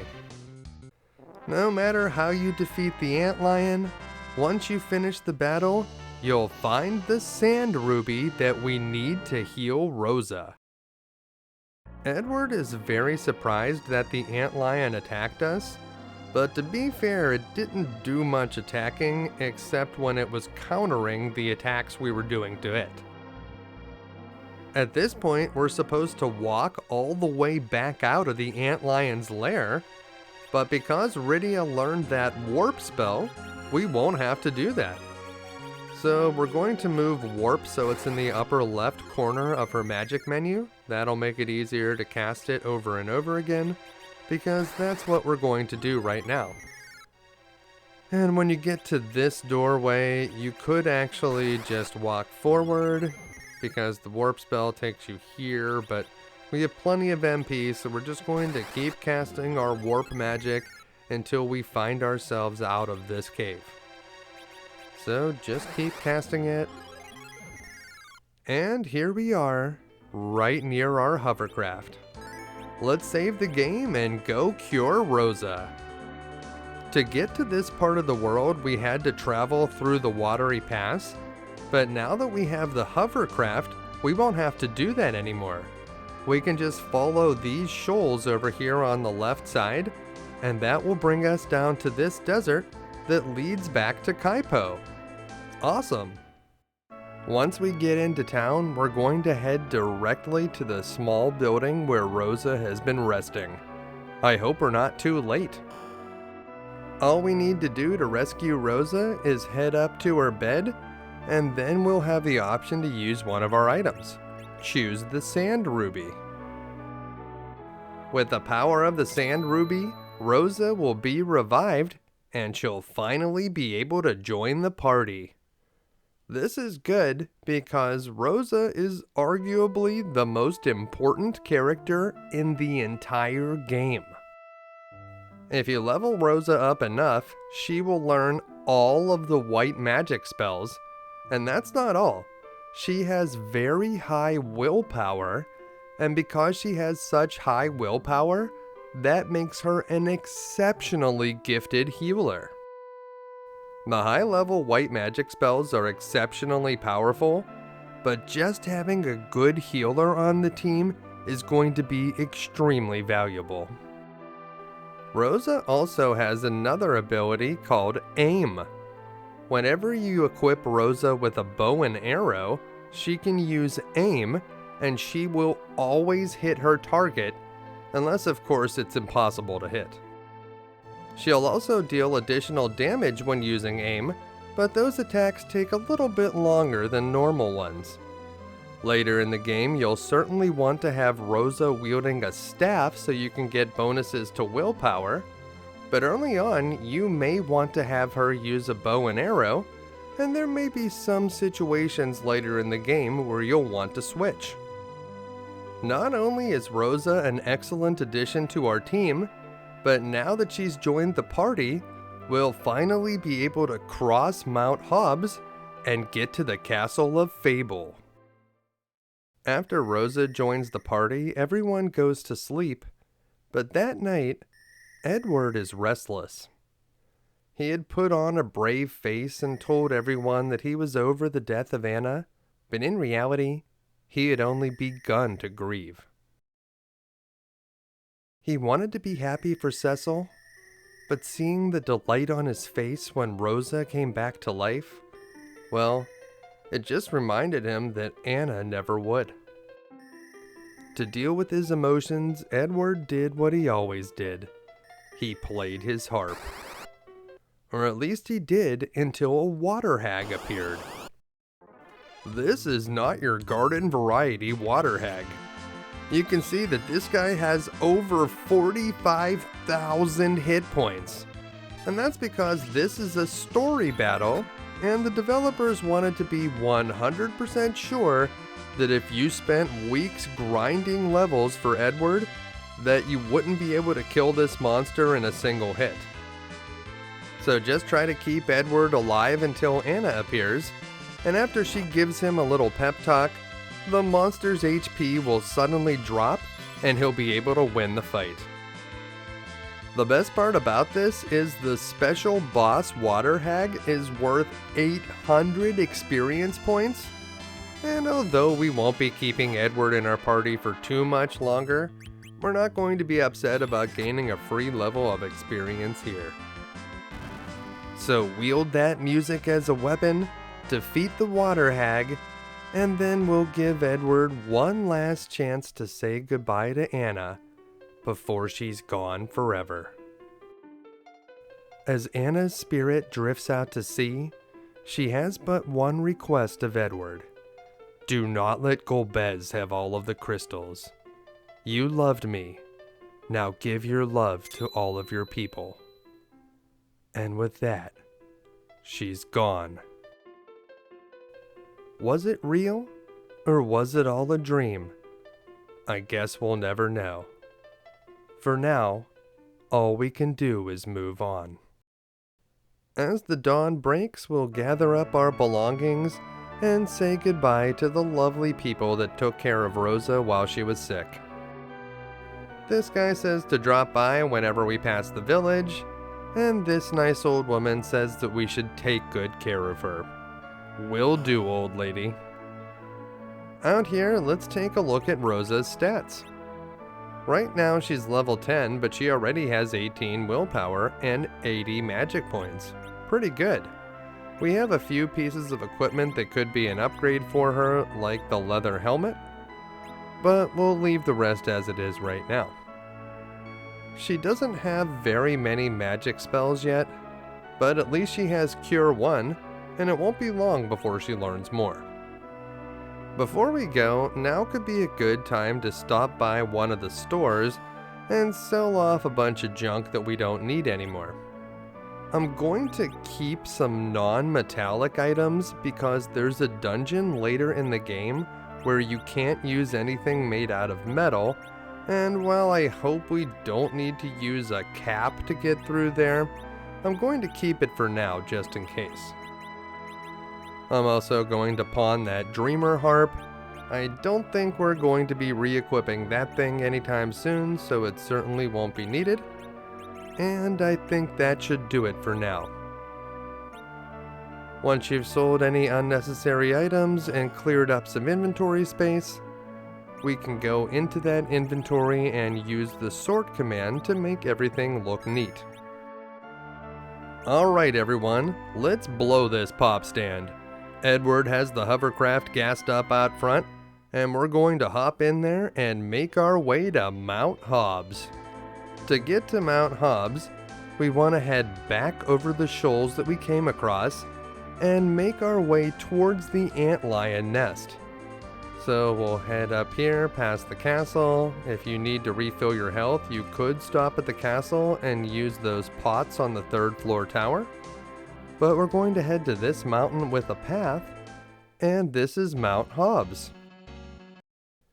We had heard that Mount Hobs was blocked by ice, and as soon as we get inside, we see the extent of the problem.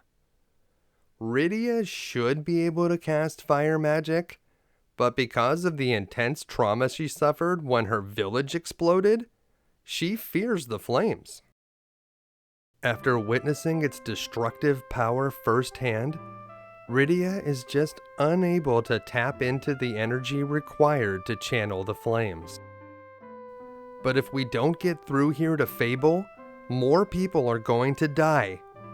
So Rydia decides to give it a try. She shouts the word fire, and...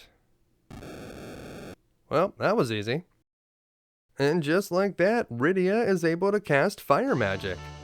This will be especially useful when we encounter undead enemies here on the mountain.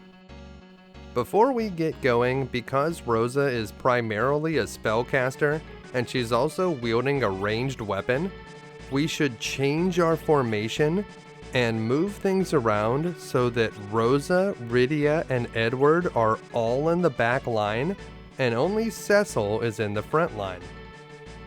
As we climb up the stairs on the left side, we get our first battle using Rosa. When you see these spirits, you may think, that looks like an undead monster. I should probably use fire magic against it, but that would be a mistake. These guys actually absorb fire magic, so if you use a fire spell against them, they'll actually gain health. Instead, Rydia should use her ice rod and everyone else should attack, and we'll be able to finish those guys off quite quickly. Now, if we're going to have Rosa attacking, we should probably use the crossbow. It's more powerful. And there are 2 doors up here. If you want to get a few treasures, none of which are extremely exciting, and also find a save point, you should head over here to the left. We're fighting 3 flying enemies here, and flying enemies are typically weak against arrows. Rosa's on the team now, so we can have her use her aim ability. If you're going to have Rosa attack, it's usually worth the extra few seconds it takes to make sure that she hits by using aim. There's nothing worse than missing the target, so if you're going to give Rosa a bow, you might as well use aim. And after that battle, it looks like Rydia, Edward, Cecil, wow, 3 characters leveled up, and we also got a life potion. That was a pretty good battle. Let's take a look at our status here. 300 HP is quite nice for Cecil. And Rydia now has 18 wisdom, which will make her black magic very powerful. Let's see how Edward's doing. 12 agility. Hey, alright, you're doing okay there, Edward. Over here on the left, we'll find a save point. We probably don't really need a save point right now, but hey, it's right there, so why wouldn't we take advantage of it? It looks like we've encountered 2 gargoyles and they're just floating around there. We'll have Rydia use her ice rod on the one in the back, and Rosa can aim at the same one. These guys are not immune to confusion, so hopefully when Edward attacks, he'll be able to charm one of these guys. And he did. Now we'll just finish off the last gargoyle. Ice rod, an attack from Cecil, maybe an aim from Rosa, and another fight from Edward. It should not take too much more to beat this guy. And that ends that battle. What else you got, Mount Hobs? Over here we can pick up a tent, a Cure 1 potion, a heal, and what's probably the best of the 4 chests, 350 gold pieces. On the way back, if you want to use that tent, you can. We can stop over here at the save point and save our game. It looks like we're doing okay on magic points and health, so we won't use a tent right now, but if your characters were suffering, feel free to use one. Back here, we're going to go through the other door, and that will take us higher up on Mount Hobs.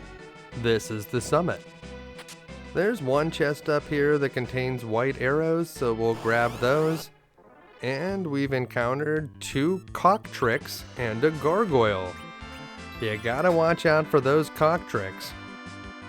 Unfortunately, Edward's harp did not charm the gargoyle, but you can't expect it to happen every single time. We'll use our ice rod and a few attacks from Cecil on the cockatrices in the front row, and 1 aim shot from Rosa is almost enough to finish off the gargoyle on its own. Edward takes out one of the cockatrices, leaving only 1 enemy left. I guess Rydia can keep using the ice rod.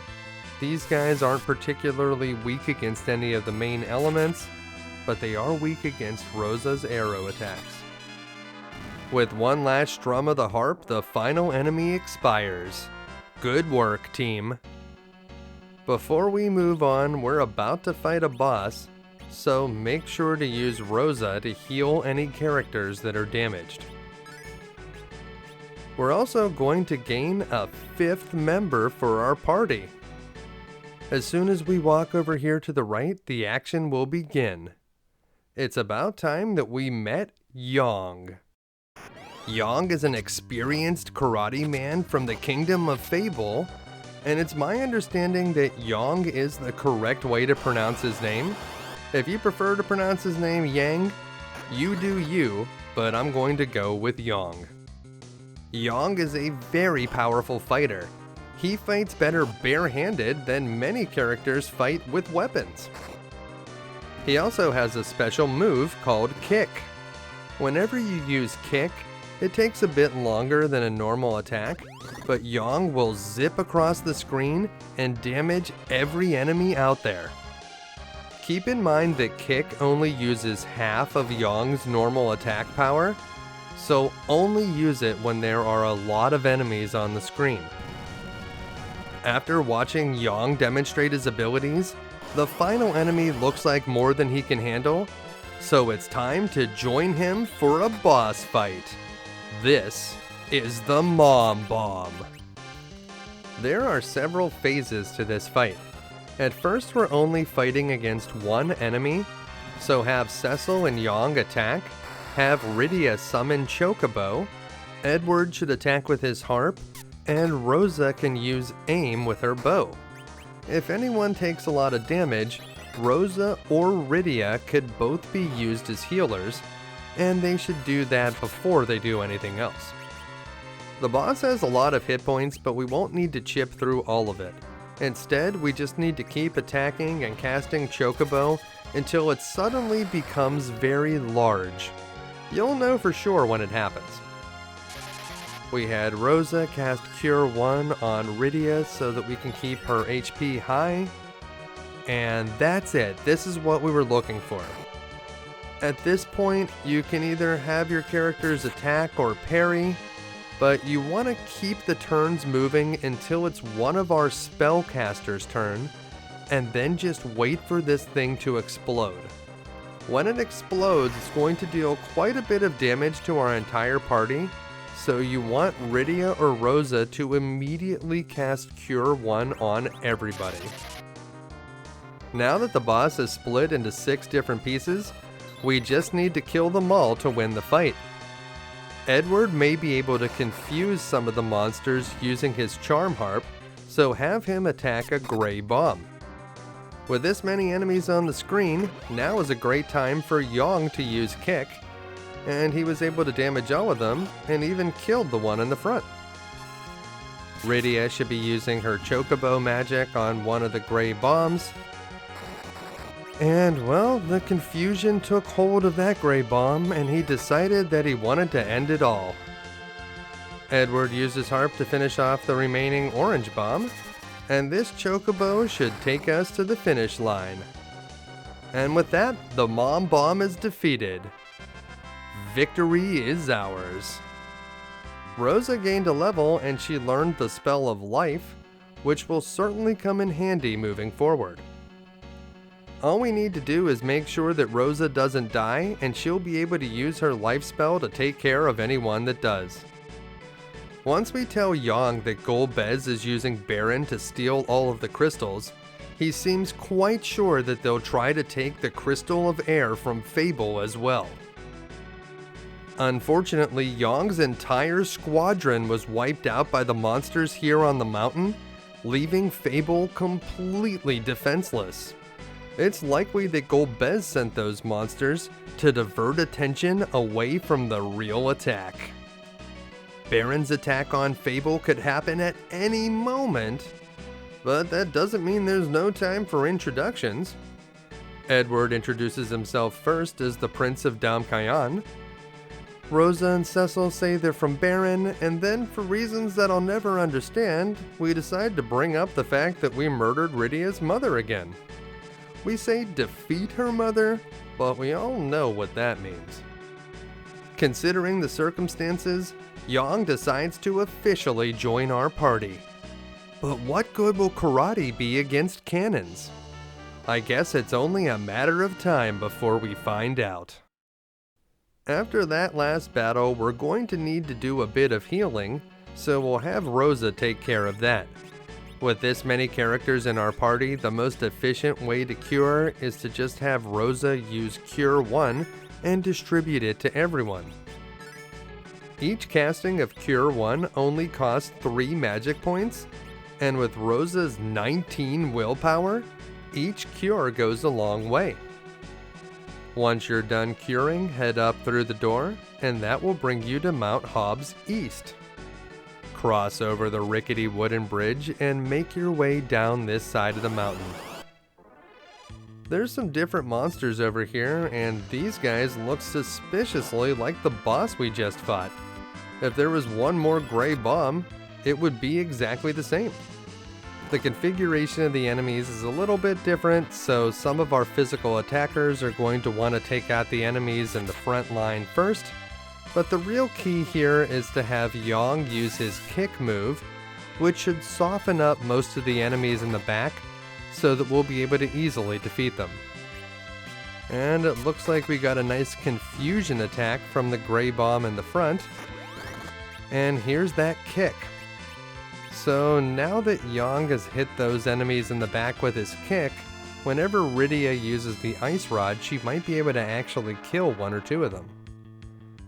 Let's see how this goes. 18 damage, alright, we can work with that.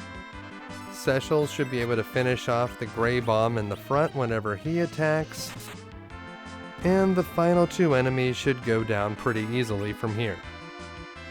Something that you need to know about these bomb type enemies is you need to kill them before they ever take 5 turns, because on that 5th turn, they'll use the self-sacrificing explosion attack, which can deal quite a bit of damage to your party. So you want to make sure that you kill all of them before that happens. And we've almost made it to the base of the mountain, but 2 gargoyles decided to attack us. We'll have Edward attack the one in the back line. Cecil will start fighting the one in the front, and Yang can join him. We don't want to use kick here because there's only 2 enemies, so it's not very good value. We'll just have Yang use his normal attack. The ice rod took care of that monster in the front, and that aim attack finished the one in the back. And we probably won't hit any more encounters until we get to the bottom here, but we need to cure the team just in case. You never know, there could be a monster encounter on the very next step. But there's the exit right there. Once we get out into the overworld, we'll be able to save the game, but unfortunately, our hovercraft is on the other side of the mountain, so we won't be able to use it right now. We'll need to travel the rest of the way on foot.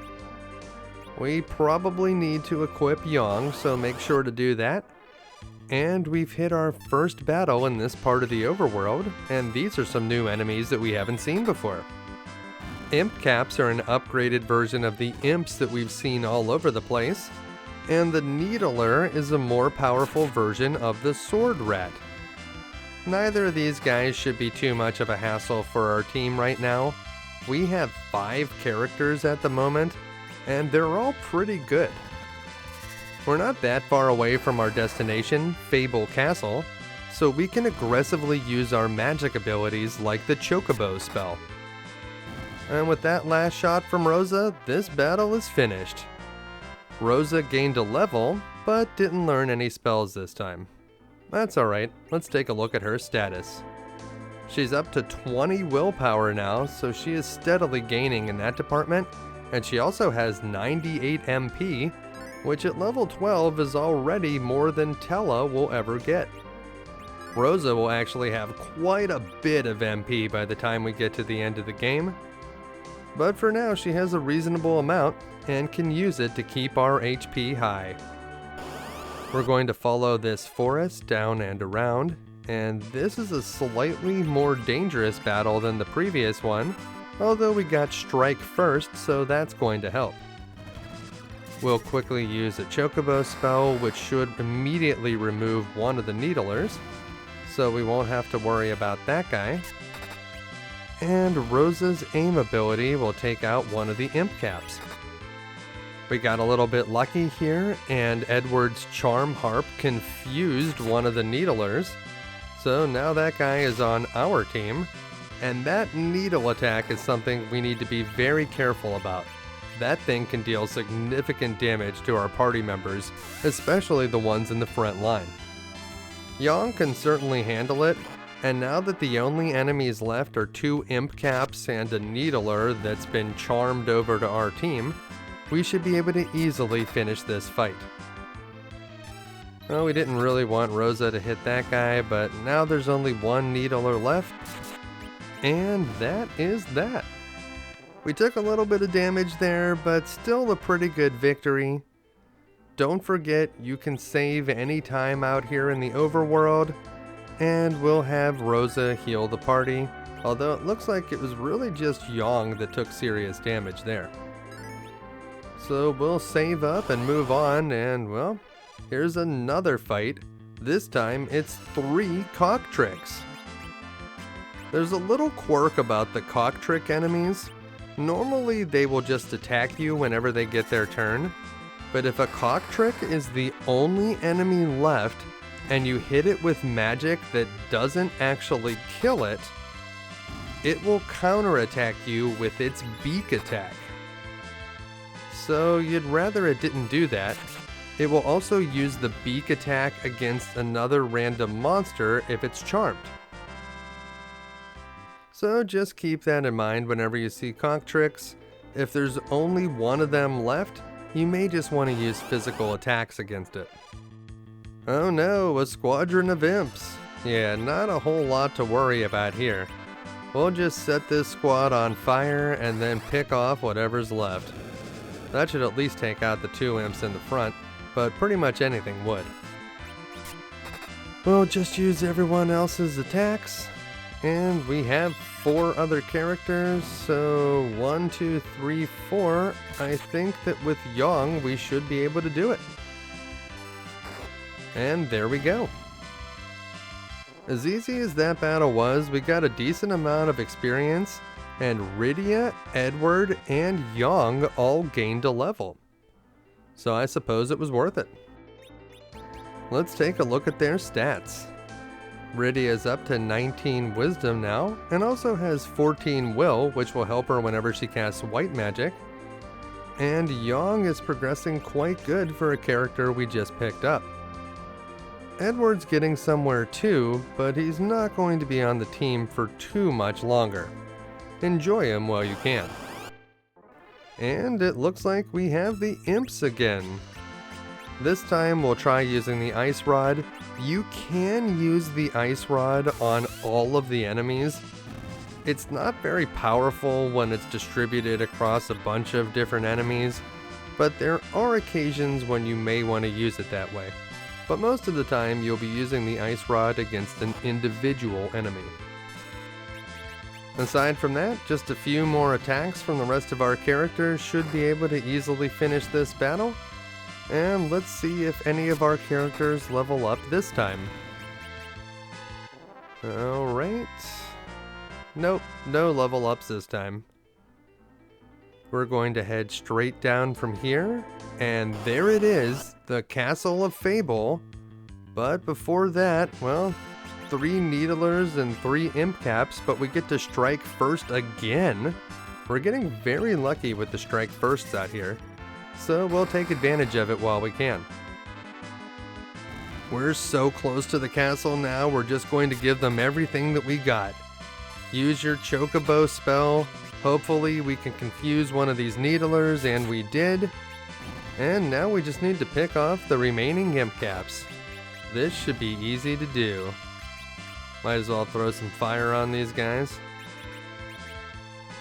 That needle will quickly finish off an Imp Cap, so that was a free turn that we didn't even use.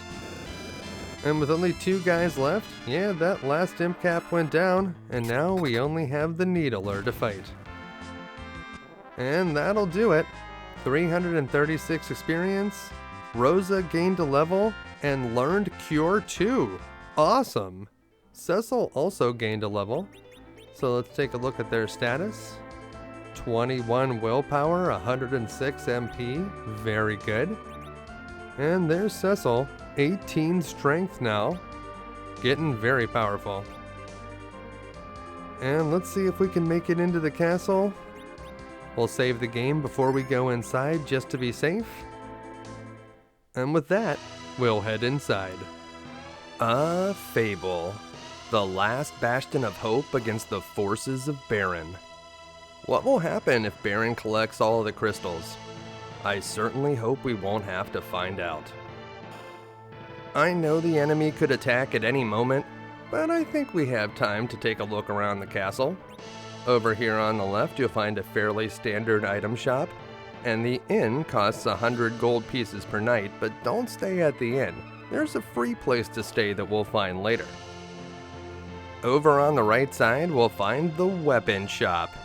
It's about time we cracked open that wallet because we need to make a few purchases. Yang already has a fire claw, but we can pick up an ice and a thunder claw so that we can exploit some enemy weaknesses. We should also purchase 1 each of the items from the black collection, because these are just a straight upgrade for Cecil. We're just going to unequip Cecil's items for now. I'll explain why later. For Yong, none of his weapons add additional damage. It's like he's fighting barehanded. But they will add an element to his attack. He can equip 2 different elements, so if an enemy were resistant to fire but it was weak against ice and you had both claws equipped, the weakness would take precedence over the resistance. So it's good to equip 2 different elements at all times. For the upcoming battle, the Thunder Claw is a good choice.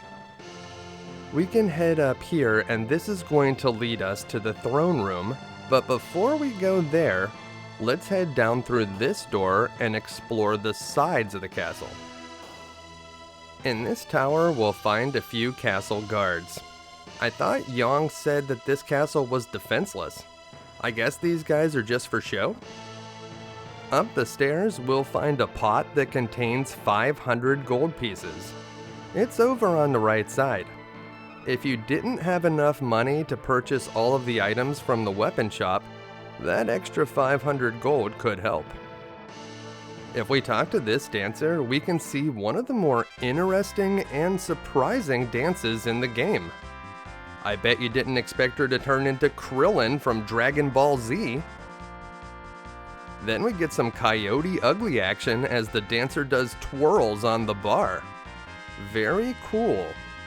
After it's all over, if you talk to her again and say no, she asks, "Did you make fun of me?" "No, I thought that was a very cool dance. I'm not sure about all the sneezing though. You might want to get some Zyrtec." At the top of the tower is the king's bedroom. Yong says, "Let's sleep in the king's bed." Like, all of us at the same time? You know what? That could be hilarious. Oh man, I can't wait to see his face when we tell him. You know when you wake up in the morning that you're going to find Edward spooning you. Is that what Tella meant when he called him a spoony bard? They probably did go camping together. Over in the left tower, we can pick up a few basic treasures, but during the next battle, we're not going to have an actual healer in our party, so it might be good to have a few healing items on hand. And this room, this is the nursing room. You know, that's a nice thing to have for new mothers, but it's kind of strange that Naming Way is hanging out in here. What are you doing, Naming Way? At the top of the tower, we'll find Yong's room, and we'll get to meet his wife, who seems to be perpetually cooking something. You'll also notice that they sleep in 2 separate beds, which is especially weird considering that Yong wanted us to all cram into the king's bed last night. I'm not a marriage counselor, but I'm gonna say that's a bit concerning. Alright, this is it. Before we go into the throne room, there's a few things that we should do here in the menu. First, unfortunately Rosa is not going to be coming back after this one, so we should unequip all of her items. So take everything that Rosa has off and add it to your inventory. And then we're also going to strip all of the equipment from Edward, except for his charm harp. Now I want you to understand we're not taking Edward's items off because he's going to be leaving the party. We're taking them off to make him easier to kill so that we can do a bit of power leveling. So if you're not into that, then leave all of his equipment on. It's for this same reason that we unequipped all of Cecil's armor. Don't worry about Rydia, she won't be participating in this battle, but she's not going anywhere. At least not yet. Now that we're here, is the crystal secure? Do you guys keep it somewhere safe? Or is it in one of those big rooms where just anyone could snatch it? It's in one of those, isn't it? Has no one here ever heard of treasure chests? I mean, they seem to be everywhere these days. It's at this point that Edward steps up and tells the King of Fabul about the horrible attack where his crystal was taken. And then we find out that he lost his parents in the attack. For as many tears as he's had over Anna, we haven't heard anything about the parents until now. Sadly, at this point, we make the decision to sideline 2 of our most powerful party members Rosa and Rydia. They would have been very good in this battle, but instead they're going to hang out and do heal spells somewhere? Alright, good idea, I guess. Outside, the enemy has arrived, but instead of bombing the castle to smithereens, they decided to send a ground force instead. Interesting strategy. To successfully defend this castle, we'll need to win 6 battles, and 3 of them are going to be against these guys. Try to take out one of the fighters immediately, but don't take out the second one right away. If you take out both fighters, the general will retreat, but if you just take out one of the fighters, we'll have an opportunity to beat up that general who's worth 610 experience points. So we would like to earn those. You'll actually notice that the experience rewards for the fights here are very good, comparable to boss fights. That's why we're going to attempt some power leveling. Yong is going to be in our party for some time during the game, but Dark, Cecil, and Edward are not. So once the general has been defeated, we can start picking off members of our own party. There's only one challenge with this. If Edward automatically hides, there's no good way to kill him off, and no good way to cure him either. So if you're trying to do the power leveling strategy here, you might have to reset in that case. Make sure that you save the game before Fabul if you intend to try this. With Edward successfully eliminated, we just have to take out Cecil, and that should be easy to do. Now Yong can finish the fight and take in a whopping 1,430 experience points, and we can also get some experience for outside members of our party, but Rydia doesn't gain any for some reason. As far as the game is concerned, it seems like she's dead here. Of course, with all the experience points that we got here, Yong gained a level. He will gain several levels during this fight. The Red Wings have arrived, but it seems that this castle is made of sturdier stuff than Damcyan. Still, standing here out in the open, we're sitting ducks, so we'll need to retreat to the inside. Now, I may not be a medieval strategist, but I think someone should have probably closed the portcullis as they came in here. Might have been a good idea. With a rumble, the door opens and the next set of enemies appears.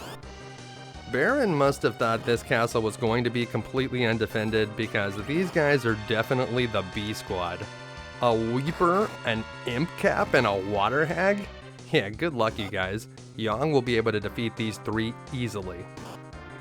So we'll just keep choosing fight, and make sure to pay attention to Yong's hit points. There is no opportunity between the battles to use curative items, so you will need to use them in the battle if Yong gets low on health. Don't forget to do this, or you may go into a battle against something that's more difficult without enough hit points to survive. For that fight, we only get 490 experience points, which is not bad, but not as good as the one before. And then we're going to have to face the general and the fighters again, so get ready for that as we back into this room. It seems that everyone has taken refuge, but nobody decided to take the crystal with them? I don't know if that was a great idea, but as promised, here's the general and the 2 fighters again. This time, we're not going to attempt to kill the general. With just Yong, he can easily take out the 2 fighters in 1 hit each, but the general takes a lot more and you'll get yourself into trouble trying to fight him. So don't worry about the general, the 2 fighters are still worth 820 experience points. Also, make sure that you use a healing item before this fight is over, because the next guy that we have to fight can hit pretty hard, and if you limp into that battle, you're almost surely going to die. I used a Cure 2 here to be extra safe.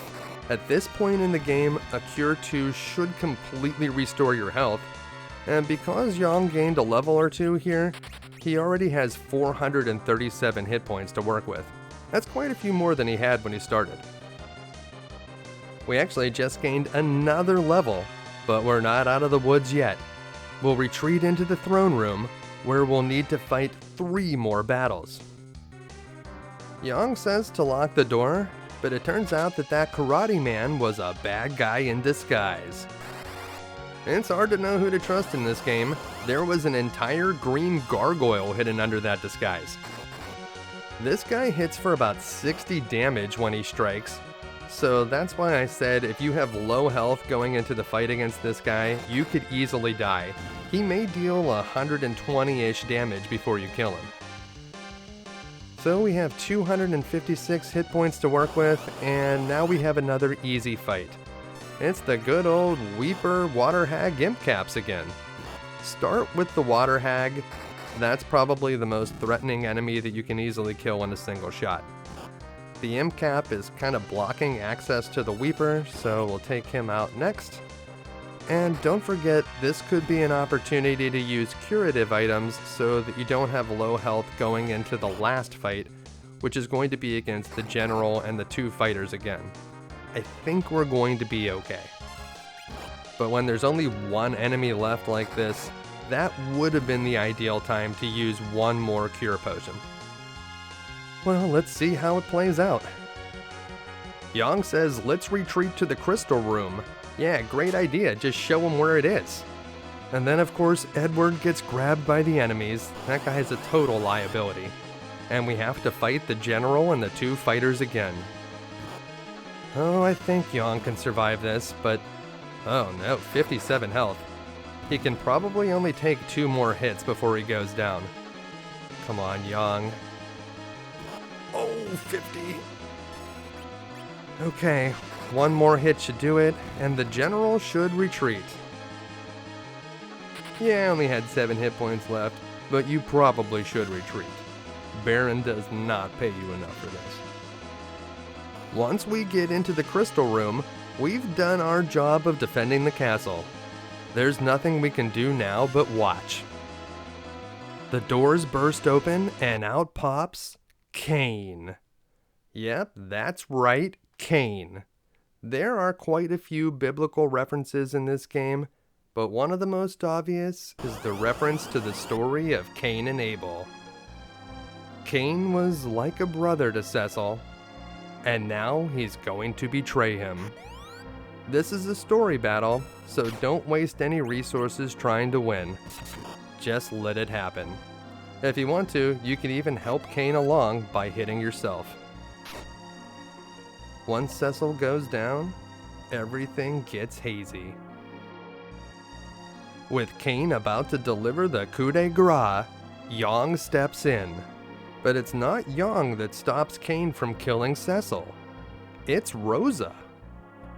Cain clearly has a thing for Rosa, which leads to some jealous feelings towards Cecil. It's just at that time that we finally meet Golbez. It seems that Cain is teamed up with the enemy, and together they're gathering the crystals. This is not good. Golbez shoots a bolt of lightning that effortlessly pushes aside Yang and Edward. Golbez orders Cain to grab the crystal, which is a nice flex. And then, for reasons I don't quite understand, he decides to kidnap Rosa. He says that he's taking Rosa to make sure that we meet again, which, now that I think of it, is totally something a video game end boss would do. Cain kind of rubs it in that he defeated Cecil, but I got news for you, Cain. We let you win. Did you not see it when I hit myself? As Cain storms off, Cecil mourns the loss of Rosa, and then Rydia cures the party. We've got to get Rosa back. But what can we do about Golbez? That guy was huge, and he was shooting lightning out of his fingers like Emperor Palpatine. It's hopeless. Luckily, Rydia still has a positive attitude, but I guess to be fair, her best friend didn't stab her in the back. If we're going to have any chance against Baron, we're going to need a good strategy.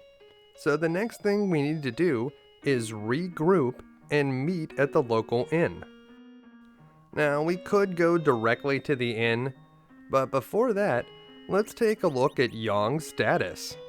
He's level 15 now and has 549 hit points.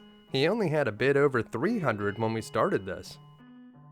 The last time we were in the throne room, we weren't in control of the game, so we can find a cure potion in a pot on the left side, and if we step on that switch over on the right, we'll open up a hidden door that leads to some treasures.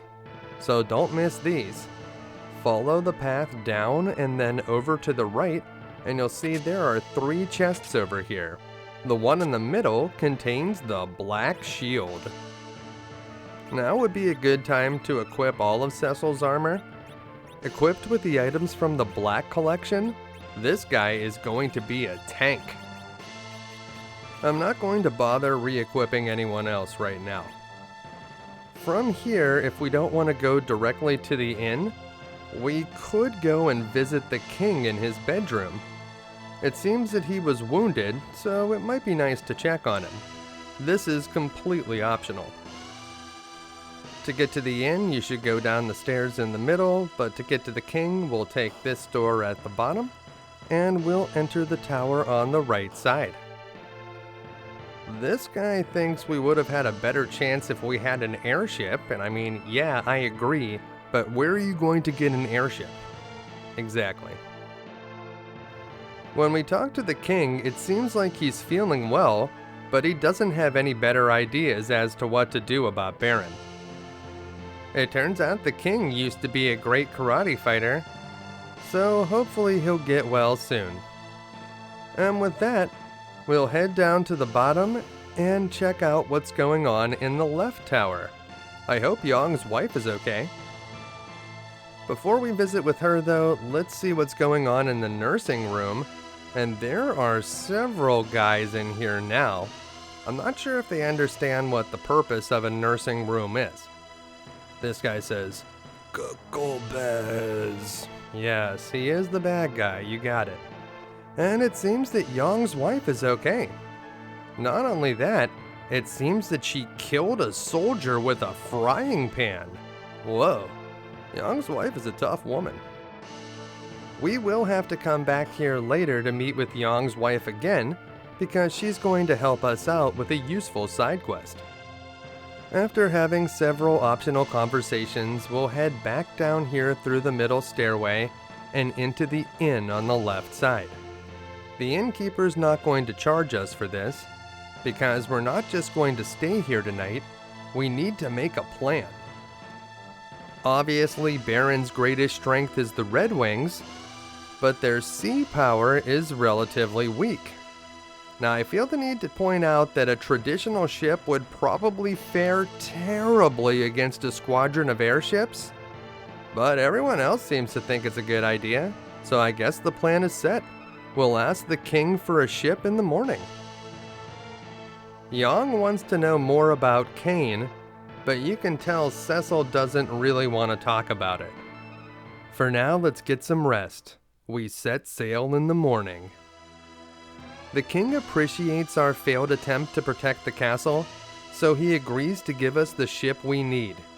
He also gives Cecil the Black Sword, the best weapon for a Dark Knight.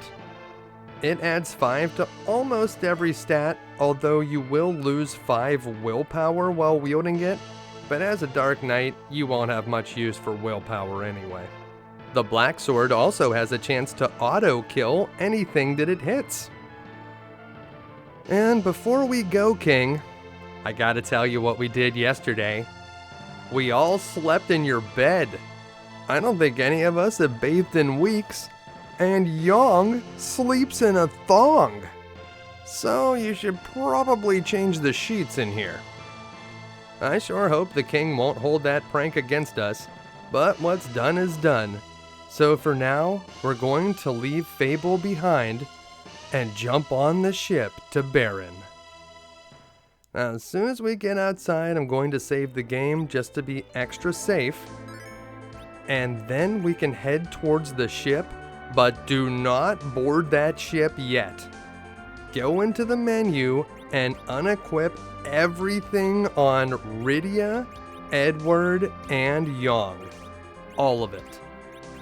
Unfortunately, traveling by sea may not be as safe as everyone thought, and there's a chance that some of us may not be coming back from this voyage alive. As soon as you set foot on that ship, you will lose your opportunity to unequip these characters, so make sure you get everything. This is especially important if you did the mist skip trick earlier, and you have Rydia equipped with the tiara and the change rod. You're going to want those items later. Once you've unequipped all of your items, we'll save the game one more time just to be safe. Then we'll go into our inventory and sort our huge set of items. That should give us a bit more space. And then we'll board the ship of destiny and accept our fate. Yong's wife shows up to the docks to see us off. She says take good care and fight bravely. She doesn't know it now, but this may be the last time that they ever see each other. The ship comes with a crew, which is good because I'm not sure any of us know how to sail this thing. Still, Cecil's not used to someone else being the captain.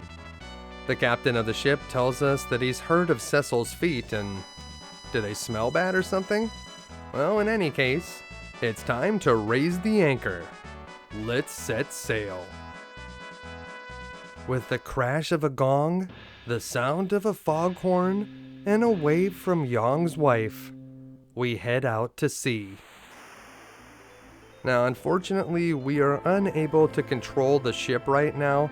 The computer just does it for us, so we're not able to explore the ocean in any way that we choose. It's just going to take us wherever it wants to go. Well, there's no better time than the present to discuss what we're going to actually do once we get to Baron. We really need to seize control of at least one airship, so we need to find Sid. He's the master engineer.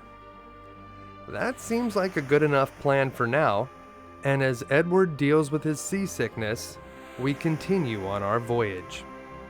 At first, everything seems to be going just fine, but it was just the calm before the storm.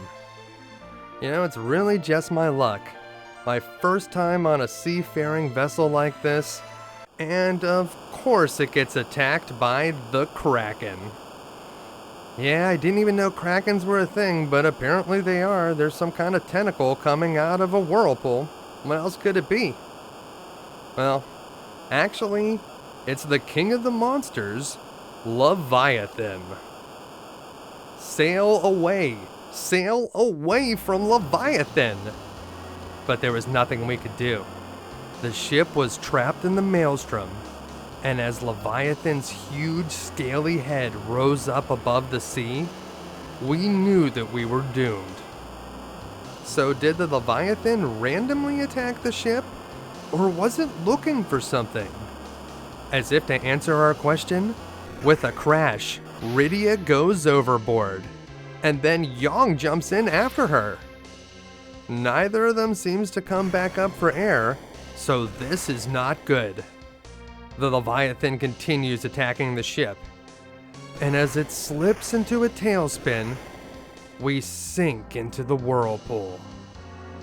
And then everything goes black. As Cecil finally regains consciousness, he finds himself on a sandy beach. Ugh. Well, I guess we're lucky to be alive, but we can't say the same for our other party members. As we call out to them, it seems that we're all alone again. I have bad news for all you Edward fans out there. That's going to be the end for him. As far as the other two, well, only time will tell. We'll save the game and make our way to the nearby town. It just happens to be Mysidia. Why, of all places, did it have to be Mysidia? Cecil Harvey is not a popular guy around here. It's as if he came here before, murdered a bunch of people, and stole their crystal. So while you may want to talk to the people of town, doing so could be hazardous to your health, especially in the cafe below the inn. So I'll show you what happens so you know what to avoid. Down here we'll meet a black and white wizard that don't like us very much. If we head over here to the bar, we'll find out that they're giving out free drinks to people that look like Cecil. And yes, of course it's poisoned. So we really don't want to be walking around poisoned. It's extremely annoying. But we'll leave it on for just a minute, because if we talk to this dancer, we'll get to watch a performance, but we're going to get a little bit of something extra along with it. Something that we definitely did not want. Yep, it seems that we're getting sleepy, and when Cecil wakes up, he was turned into a pig. Yeah, and who knows what else she did to him. Being turned into a pig also does not turn off the poison, so we'll need to use a heal item to get rid of those status abnormalities, otherwise it's just going to be annoying. This guy's blocking the entrance to the Serpent Road. You may remember all the way back in the city of Baron, there was another entrance to the Serpent Road, but they said it was inaccessible because it was blocked off over here on the Mysidian side. And if you talk to this black wizard, he'll turn you into a toad. Fun. Well, we'll stay as a toad for a little while, but if you want to be transformed back into a person, you should just talk to that same black wizard again. I like this white wizard. Whenever you talk to her, she does a little twirl and then hides in a tree. And we can head down here where we can talk to this guy who tells us to go away. And then we can check out this mysterious building, which is the training room. Yep, we don't really need the training room anymore, thank you very much, but it's nice that it's there just in case we forgot how to play the game. Let's get transformed back into a person. That's a great way for you to avenge your friend by turning us back into who we were before. I'm sure that he would appreciate that. And these two wizards up here have some not very nice things to say to us, but honestly, we kinda deserved it. And with that, we'll head into the center building, where we can meet with the Elder. Now, as soon as we talk to the Elder, we're going to be able to advance the story, so if you want to talk to anyone else in here, you should do that first. Cecil starts off by apologizing for the atrocities he committed the last time he was here. The Elder doesn't forgive him, but he's much more open-minded about the situation than you would think. The Elder explains that we'll never defeat Golbez with a sword of darkness. We saw the way he was able to manipulate and control Cain because of the darkness inside of him, and if we don't get rid of our own darkness, at some point he may be able to control us too. The only way to atone for the evil things we've done in the past is to go to a place called Mount Ordeals, climb to the summit, where we can face the darkness inside, and become a paladin. Now, the catch is, no one has ever survived a climb of Mount Ordeals, so the Elder is going to offer us some help. Palom and Porum, the twin wizards. As a Dark Knight, Cecil is unable to wield magic, so we can use all the help that we can get. But these two look like a pair of clowns. I was hoping for real wizards, not David Blaine and Chris Angel. These two may not be accomplished, but they do have a lot of potential. Palom is the black wizard, and he doesn't know very many spells right now, but he would eventually learn advanced black magic if you manage to level him up enough. Porum is the white wizard, and it's definitely going to be helpful to have someone that can cure us as we're climbing the mountain. They also have a special ability called Twin Magic, which uses a ton of MP, but is very powerful and will be useful when we fight the next boss. Taking a look at their stats, you can see they each have a 15 in Wisdom and Willpower respectively, so that will help make their spells pack a bit more of a punch. Before I forget, I should equip that black sword that we got from the King of Fabul, because that thing is extremely powerful. And now that Palom and Porom are on our team, we should talk to the people in town again, because they'll have new things to say. This guy over here on the left explains what a paladin is. It seems that a paladin is the opposite of a dark knight. So I guess I just have to change everything about myself. Got it. This guy reminds us that no one ever comes back from Mount Ordeals, and this white wizard pretends that Cecil isn't there and just talks directly to Palom and Porom. It's a little bit rude. This white wizard tells us to get our mind out of the gutter, and down here we see a black wizard who is extremely incredulous. And really, that's the feeling of most of the people in the town here, including that character that jumped around into the tree a few moments ago. If we head back into the inn, we still should not talk to that dancer again, but if we talk to the bartender, we won't get poisoned this time. The bartender thinks if Cecil can become a paladin, then he could become a paladin too.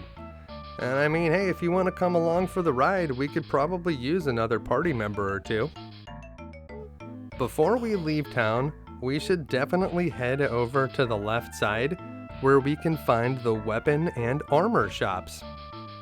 In the weapon shop, we'll be able to purchase a flame rod, and on Mount Ordeals, we're going to be encountering a lot of undead.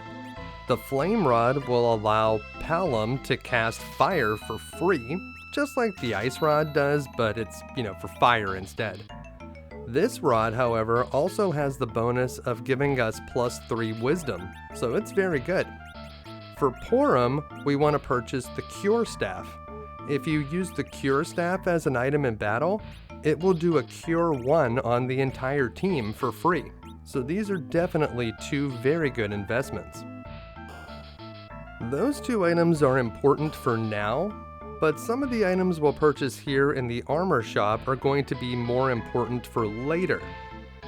First things first, we may need to sell some of our old items because we're going to need a bunch of cash if we're going to purchase paladin gear right now. Whenever Cecil becomes a paladin on Mount Ordeals, he'll suddenly be unable to wear any of his Dark Knight equipment.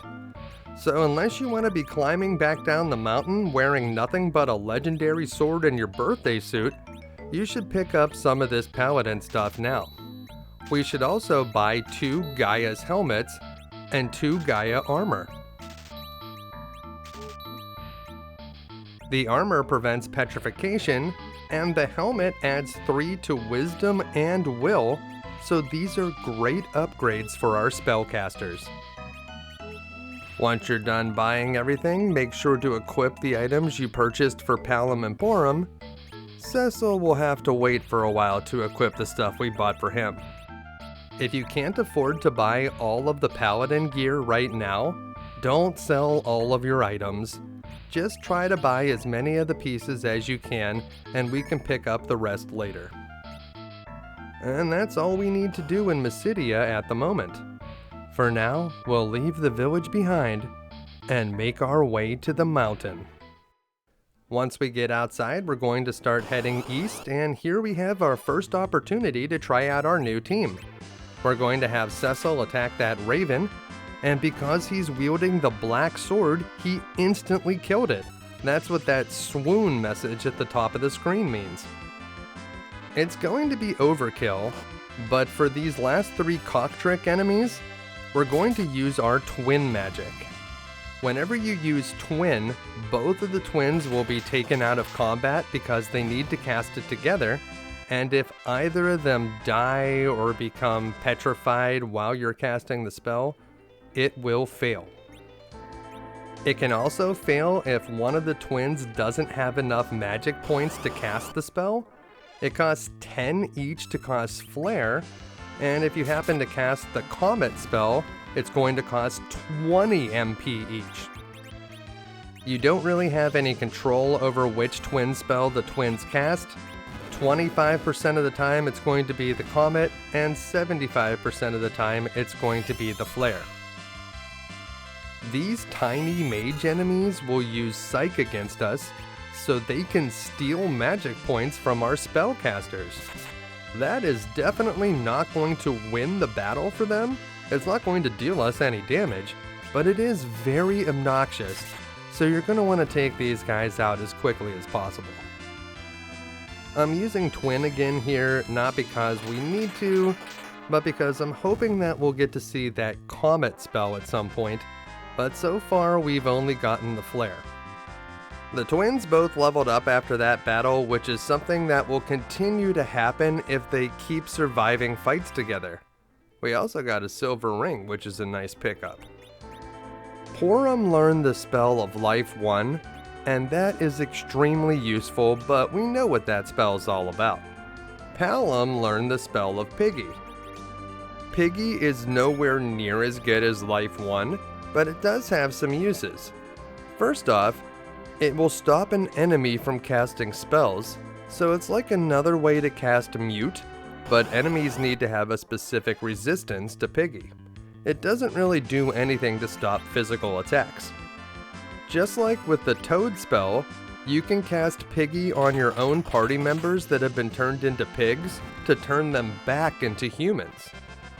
You can also use it on your own party members to prevent them from getting other status ailments. So if you have a character like Cecil the Dark Knight here that only attacks and doesn't cast spells, Piggy doesn't really do that much to him, but it could prevent enemies from turning him into a toad or poisoning him. Turning your own characters into pigs is a little bit outside the box, but it's a strategy we may want to employ against an upcoming boss. I keep trying that twin technique to see if we can get the Comet spell, but so far we've only gotten flares, and we're starting to run out of magic points. The good news is we're heading towards a Chocobo Forest, so we'll be able to talk to a white Chocobo there to restore all of our magic points. And here we have 2 imps and 4 imp caps, so this is going to be an easy one. We'll use the flame rod on all of them, which will take out the 2 imps in the front, and that will clear the way for Cecil to attack the remaining enemies. Porum can use the Cure Staff as an item, and that will cast Cure on our entire party for free. So anytime you're not sure what you should do with Porum, you can just use the Cure Staff, and that will help keep our HP high. After using the Flame Rod on all of the enemies with his first turn, you should have Palom use the Flame Rod on individual imp caps for best results with his second or third turn. The twins leveled up again, and this time Palom learned Fire 2. We didn't have any wizards that could use Tier 2 elemental magic before, so I take back what I said about these two before. The twins are strong. Palom's already up to 23 wisdom, although 3 of that is from the Gaia's helmet. And as we take one more step, we are once again attacked by enemies, and this time it's the Sword Rat Imp Tiny Mage combination. This should be an easy one. We are very close to that Chocobo Forest, so we just need to keep it together. We'll use the Flame Rod on all of the enemies, which will clear out the imps and do significant damage to the Sword Rats. And one of those Sword Rats actually died when we had Porum attack it. So yeah, it did not have very many hit points left. That just leaves the 2 tiny mages, which Cecil can handle with ease. But I want to show you what happens if you attack one and it doesn't die. It will counterattack you with a hold spell, and it will do this anytime you physically attack it and it doesn't die. Also, if you hit it with a magic attack and it doesn't die, it will counterattack with Psych.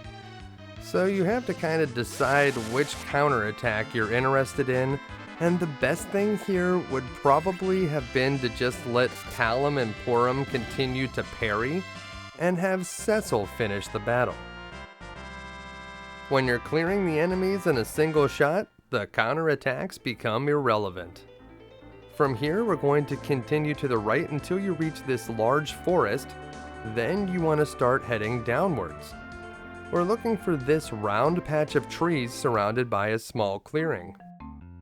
The white chocobo will restore your magic points, but it does not restore hit points, but that's not really a problem.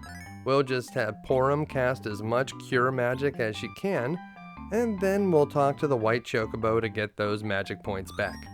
If you need to, talk to the white chocobo first, do all your curing, and then talk to that white chocobo again. The white chocobo doesn't care how many times you need your magic refilled.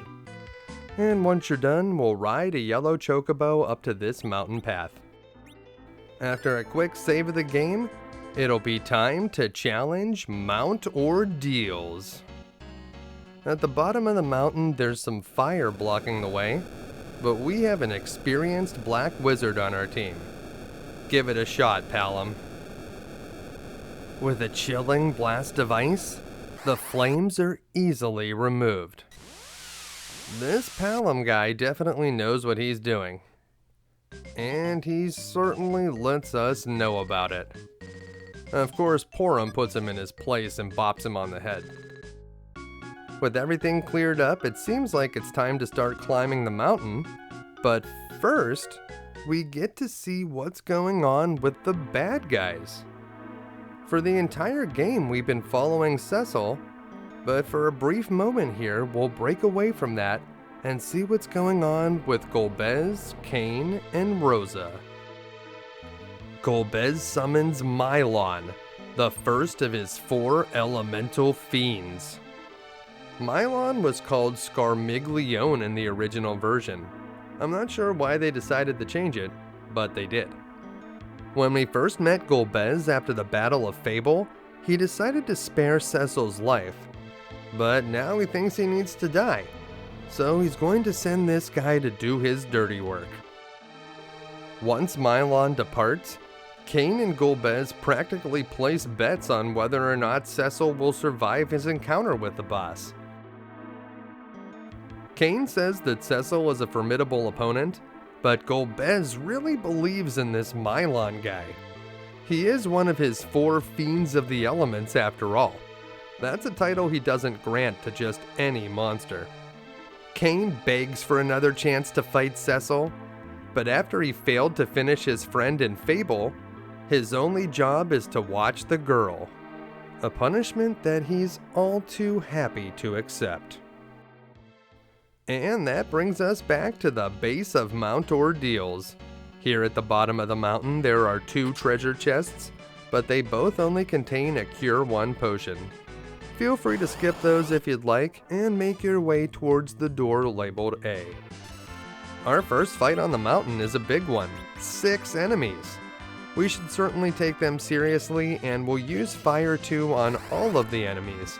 The red bone and the skeleton are weak against fire, so that will get rid of those 3.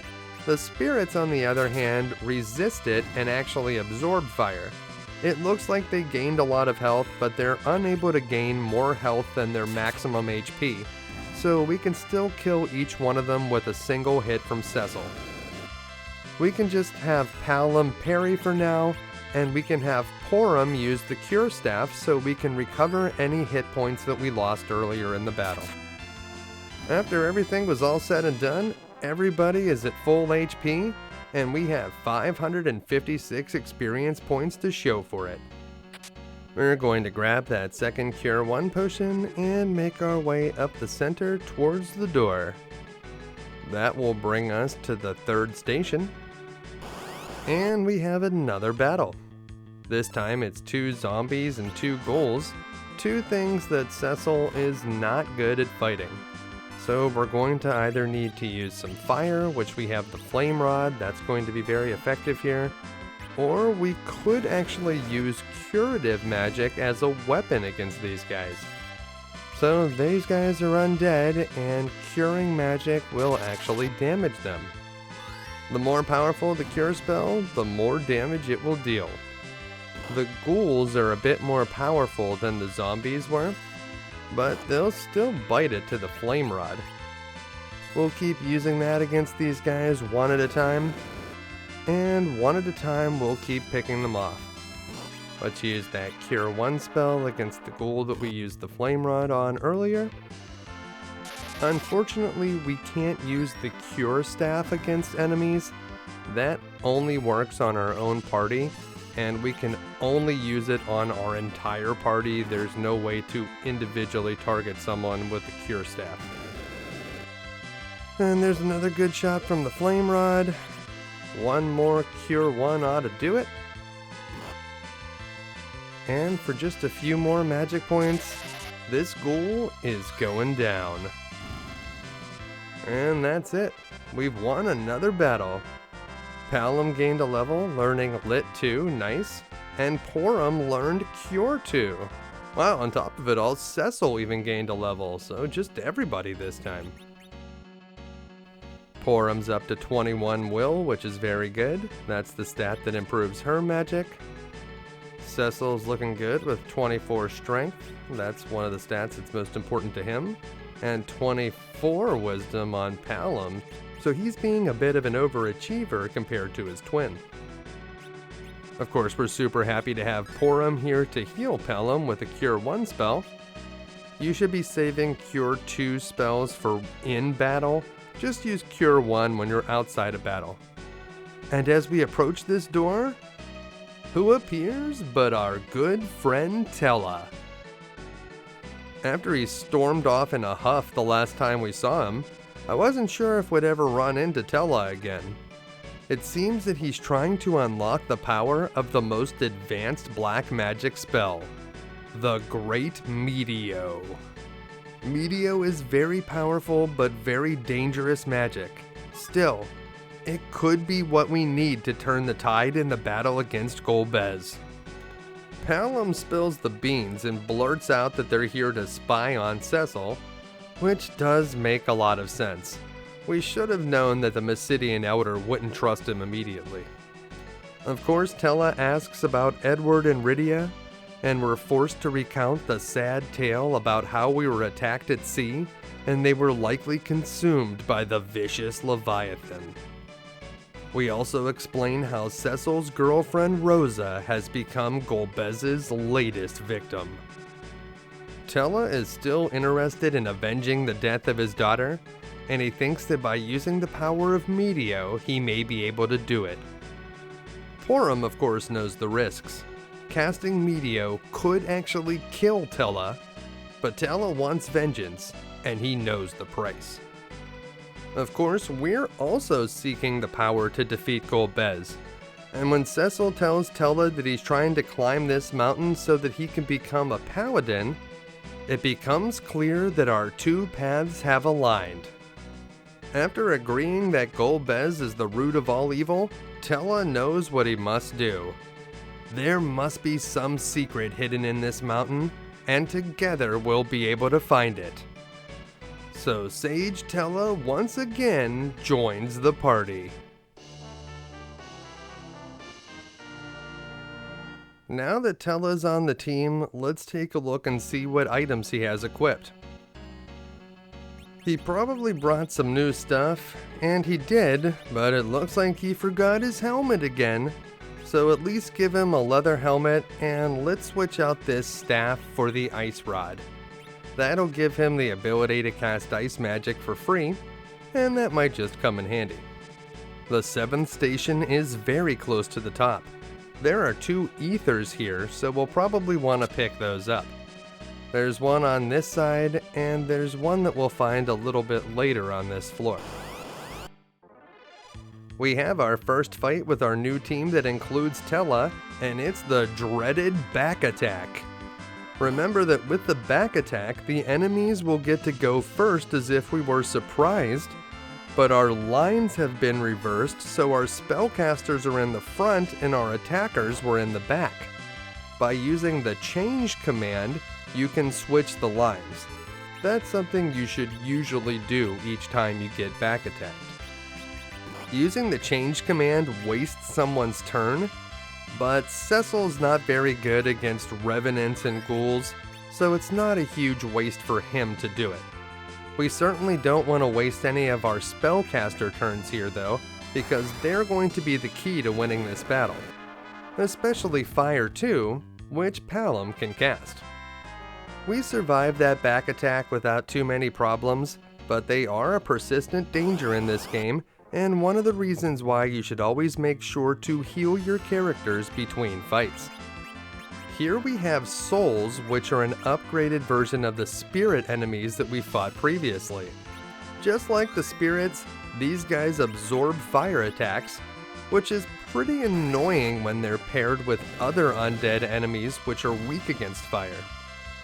You just have to kind of use your fire against all of them, take out the undead that are weak against them, and then use whatever else you have to finish the souls. That ice rod that Tella has can be pretty good here. The 1-2 punch of a fire spell and a few attacks from Cecil will win this battle every time, and we'll be able to continue making our climb. Once you cross this small wooden bridge, we'll be able to go down and get the treasure, but before that, we'll face the 3 ghouls and the Revenant, but this time everything is on the correct side, and we're not facing the back attack. It's also nice that there are no souls in the mix here, so we can just let loose with our fire magic. A big old Fire 2 is really gonna mess up these bad guys, as soon as Palom can finally cast it. It takes a little bit longer to cast tier 2 spells than it does to cast tier 1 spells. The twins leveled up again and Palom learned the spell of Stop. If Stop resolves on an enemy, it will freeze them for a while and they won't be able to do anything until Stop wears off. Stop also has a number of glitches associated with it, and we'll be able to try a couple of those on the next boss. We're going to continue to the left and make our way towards this treasure chest, but before we can grab it, we have another battle, this time against 2 ghouls, 2 revenants, and 2 souls. The way these enemies are organized is a little bit annoying because the ghouls and the revenants that we're not going to be attacking with Cecil are in the front lines, which means that Cecil has to attack that soul in the back line, and it'll get some protection back there. Probably not enough to protect it from Cecil, but some protection nonetheless. Revenants are the strongest of the zombie type enemies we'll encounter in this area, so we should focus our attacks on them first. We can use Cure 2, Fire 1, the Flame Rod, or just let loose with some Fire 2 on all of the enemies if we want to use a lot of MP. But if we're trying to be a bit more conservative, we don't have to do that. So we'll just pick off the 2 revenants in the front, and then the ghouls that remain are not quite as dangerous. We'll keep having Cecil attack the souls in the back, and after a few attacks he should be able to finish those guys off. They are taking half damage back there though. We'll use a fire spell and some cure magic. Remember to never use your psych magic against these undead monsters, unless you're trying to lose all of your MP. And with just the soul remaining, we should be able to easily defeat this guy. He's already taken a few beatings. 260, well, you can see how much of a difference it makes when he's suddenly in the front line instead of the back. We'll finally grab that ether and then make our way to the summit. When we get there, we hear something hissing. It's definitely not Palom. Over on the right side, we find a save point, and that's because we're about to fight a boss. So make sure to use a tent to restore your HP and MPs, and then don't forget to save the game. Milon is a good bit stronger than the other bosses we've encountered thus far. Some of the bosses like the Antlion or the Mist Dragon are almost hard to lose against, but Milon is not like that. We need to take him a bit more seriously.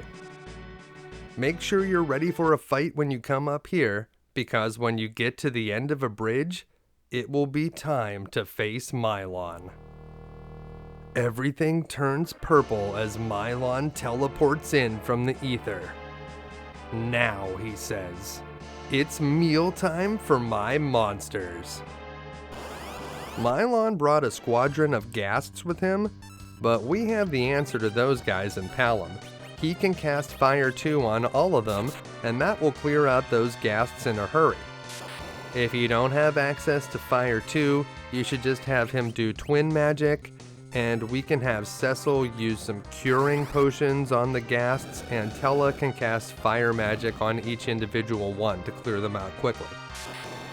Once they're all out of the way, only Milon is left, and we can have Porum cast Slow on him so he won't get his turn as quickly. If Milon gets his turn when there are ghasts on the battlefield, he will order them to attack you. If he's all alone, he'll do a Lit 1 attack instead. Anytime that you attack him or cast magic against him, he's going to counterattack with a Lit 1 spell. It's kind of weird he's an earth monster, but he casts lightning magic, although it's a good thing that he's not using quake spells against us because we would go down in a hurry if that was the case. So once those ghasts are out of the way, have the twins use their twin magic for maximum damage, Cecil can attack with his sword, and Tella can either cast fire spells or he can use curative magic on the party as needed. If a lot of your party members are damaged, just stop attacking or casting spells on Milon for a while and take a moment to heal your team. If he's not counterattacking you and he's been slowed, he won't take very many turns and you'll have plenty of time to use life spells or whatever cure magic you require. When Milon says, "Oh my body," he's defeated, but before we move on, let's talk about how to defeat him with a carrot. This trick only works on older cartridges that contain the 1.0 version of the game. We're going to have Palom target Porum with a tier 1 magic spell that should kill her off, and as soon as she gets her turn, we're going to have her hold L and R until you see the can't run message, and then she should immediately choose Twin. If you did it in the right timing window, Palom will start mimicking the last person's attack. Once he's in mimic mode, he won't stop mimicking until the fight ends or Porum uses the Twin ability. Now for the tough part. We revived Porum, and we need to have Tella cast Stop on Cecil or Porum, but before Stop resolves, we need to have the other character do something that targets Milon, probably an attack, and then Cecil or Porum, whichever one was targeted, needs to get their turn before Stop happens. So to set that up, I actually had Porum cast Slow on herself. It's tricky to get the turns to line up perfectly. Now here we go. Tella's going to target Porum with Stop, Cecil's going to attack Milon, and now Porum got her turn, so she's going to choose a consumable item, cancel back to the item menu, and then switch that item with the carrot. Then, if Tella's Stop resolves, Palom will use the carrot, dealing tons of damage to Milon. Now we just need to finish off that last ghast to win the fight. If you're not sure if you have a version 1.0 cartridge, keep trying to get the Mimic glitch to work. If you can get the Mimic part to work, it will be possible to do the rest of the trick. If you can't get Palom or Porum to mimic each other, you probably have a version 1.1 cartridge. Now before we cross over the bridge, it may be a good idea to go back to the save point, use a tent, and save the game, because we're not done with Milon just yet. When we get to the end of the bridge, we're going to have to fight a second form of the boss called Milon-Z. Something else we should do to prepare for the fight with Milon-Z is to switch our front and back lines. We're going to have to fight him in a back attack, but by switching our lines, we'll be prepared for it. It seems that Milon's true strength lies in death, and he's going to try to use it to drag us to the abyss. Now I'm guessing that the Z in Milon-Z stands for zombie, because this guy acts sort of like an undead now. You can damage him with cure magic. Unlike most other zombies, Cecil has no problem damaging Milon-Z, so he should keep up the beatdown every time he gets his turn. Palom and Porum should use their twin magic, and hopefully will get more flares than comets. The best magic Tella can use against this guy is Cure 2. So don't waste time casting fire spells unless you're very low on MP. Tella should also be our main healer. All Milon-Z does when it gets his turn is attack, but his attacks hit hard and they can poison anyone that they damage. That poison will deal additional damage over time, so you do need to watch out for that. The good news is, if we keep using Cure 2 with Tella, the twin spell with Palom and Porum, and Cecil's attacks, we should be able to defeat this boss before the poison has a lot of time to deal much damage. And once you see him fading away, that's the end of the battle. Well done. Just like the first fight with Milon, there's a trick we can do here using the Mimic glitch, but this time we'll be able to kill him using the TrashCan.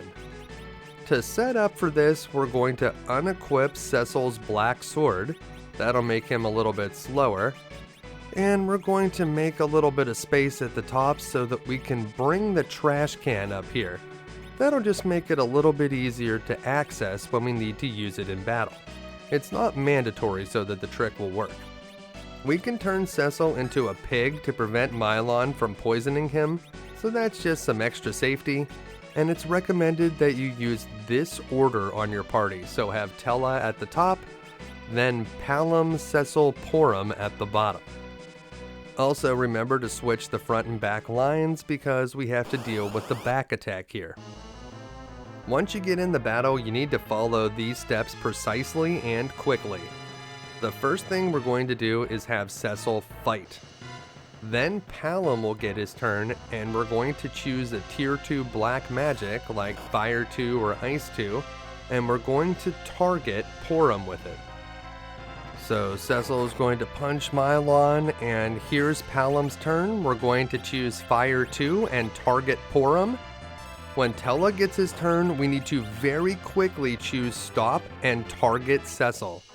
Then when Porum gets her turn, hold L and R to run, and when you see the message Can't Run at the top of the screen, choose Twin. Now when Cecil gets his turn back, we just need to choose a consumable item, cancel back to the menu, and then switch that item with the TrashCan. If Tella's stop resolves afterwards, Palom will use the TrashCan on Milon-Z, dealing him a ton of damage. In my opinion, the TrashCan trick is a bit easier than the carrot one. If you follow those instructions exactly and Tella's stop spell doesn't fail, you should be able to dumpster Milon-Z. Whether you defeat him with the TrashCan or in a more traditional way, once Milon-Z is defeated, he'll fall off the side of the cliff to his doom. We can take one last look at Cecil's status before we move on here, but once we go into the next room, he won't be a Dark Knight anymore. We have to fight Lilith here, and we're all a little banged up after that last boss fight. Luckily, Liliths are weak against fire magic, so one shot of Fire 2 from Palom should finish this fight in a hurry, and we can get back to what we were doing before. It looks like the twins also leveled up, so we can take a look at their status. 24 willpower on Porum, very good. And on Palom, 27 wisdom, very nice. And yeah, it looks like it's about time to unequip all of Dark Knight Cecil's equipment, because he's about to become a Paladin. He won't be able to wear any of this stuff after he becomes a Paladin, but if we don't take it off of him now, he'll lose it all, and we won't be able to sell it for cash. Now that we took all those items off of him, our inventory is a bit of a mess, and a good idea is to actually move the sort function up to the top of your inventory. Then you can hit it very quickly every time you open the items. Once you're ready, stand in front of the doorway and enter the mirror room. Cecil hears a voice that calls him son. Could it be my father? I've been waiting. Sorrow fills me. I shall entrust you with my power and grieve that no other way remains. As Cecil approaches the glass, a sword appears in his hand and fills him with the power of light. And just like that, the dark knight that Cecil once was is no more. And what remains is a paladin. But becoming a paladin isn't enough on its own. We must conquer the darkness and fight our old self in battle. Cecil's dark reflection emerges from the mirror and challenges him to a duel. No need to help. This is my own fight. I must defeat him to amend my past guilt. This is another one of those story battles, so don't waste a lot of resources trying to win. The lesson here is that you don't always have to fight to win a battle. Instead, if you just parry several times or use curative magic, eventually Dark Knight Cecil will just fade away. If you try to attack this guy, you can get into trouble. Dark Knight Cecil is fairly powerful, and he uses his darkness attack that was removed for this version of the game. Once you hear the voice again, you'll know that you have won. Justice is not the only right in this world. Someday, you will see. Go, Cecil. And with that, Dark Knight Cecil is no more. Now, I do want to point out that it is possible to kill this guy, and the easiest way to do it is by using those dancing daggers from the Village of Mist. You can equip a dancing dagger during the battle, and then use it as an item to deal a ton of damage to this guy. After just a few hits from the dancing dagger, you will be able to win this battle using violence. Not exactly what the game had in mind, but it does work. With the dark reflection destroyed, the mysterious voice in the room grants Cecil the last of its power and implores him to stop Golbez. Cecil cries out to the voice to wait. Could it really be his father? But there is no more sound. And suddenly, as he sees his new reflection in the mirror, he knows that it's official. Cecil has become a paladin. But that's not all that just happened. As Palom and Porum rush forward to congratulate Cecil on becoming a paladin, Tella crouches down in the corner of the room. Something had unlocked in his mind, and a flood of memories returned to him. Yes, I've remembered all of the spells. And with that, Tella remembered all of the spells that he had forgotten, including the greatest black magic, Meteo. But there's no time to stand around and reflect. With the powers of the Paladin and the ability to cast Meteo, we may finally have what we need to defeat Golbez. Palom and Porum didn't actually think that Cecil would ever become a paladin, but now that he stands before him, they're true believers. But he just can't stop thinking about that light and the voice that called him son. And sadly, that's all the time we have for this episode, but make sure to join us next time for part 2, when we'll finally take the fight to Golbez as we invade Baron. Not only that, we'll also level up quickly on the new Peninsula of Power, and we'll cast Meteo with Tella in a way that won't hurt him at all. We'll reveal all of these secrets and more next time on You Can Beat Video Games. Until then, thanks for watching.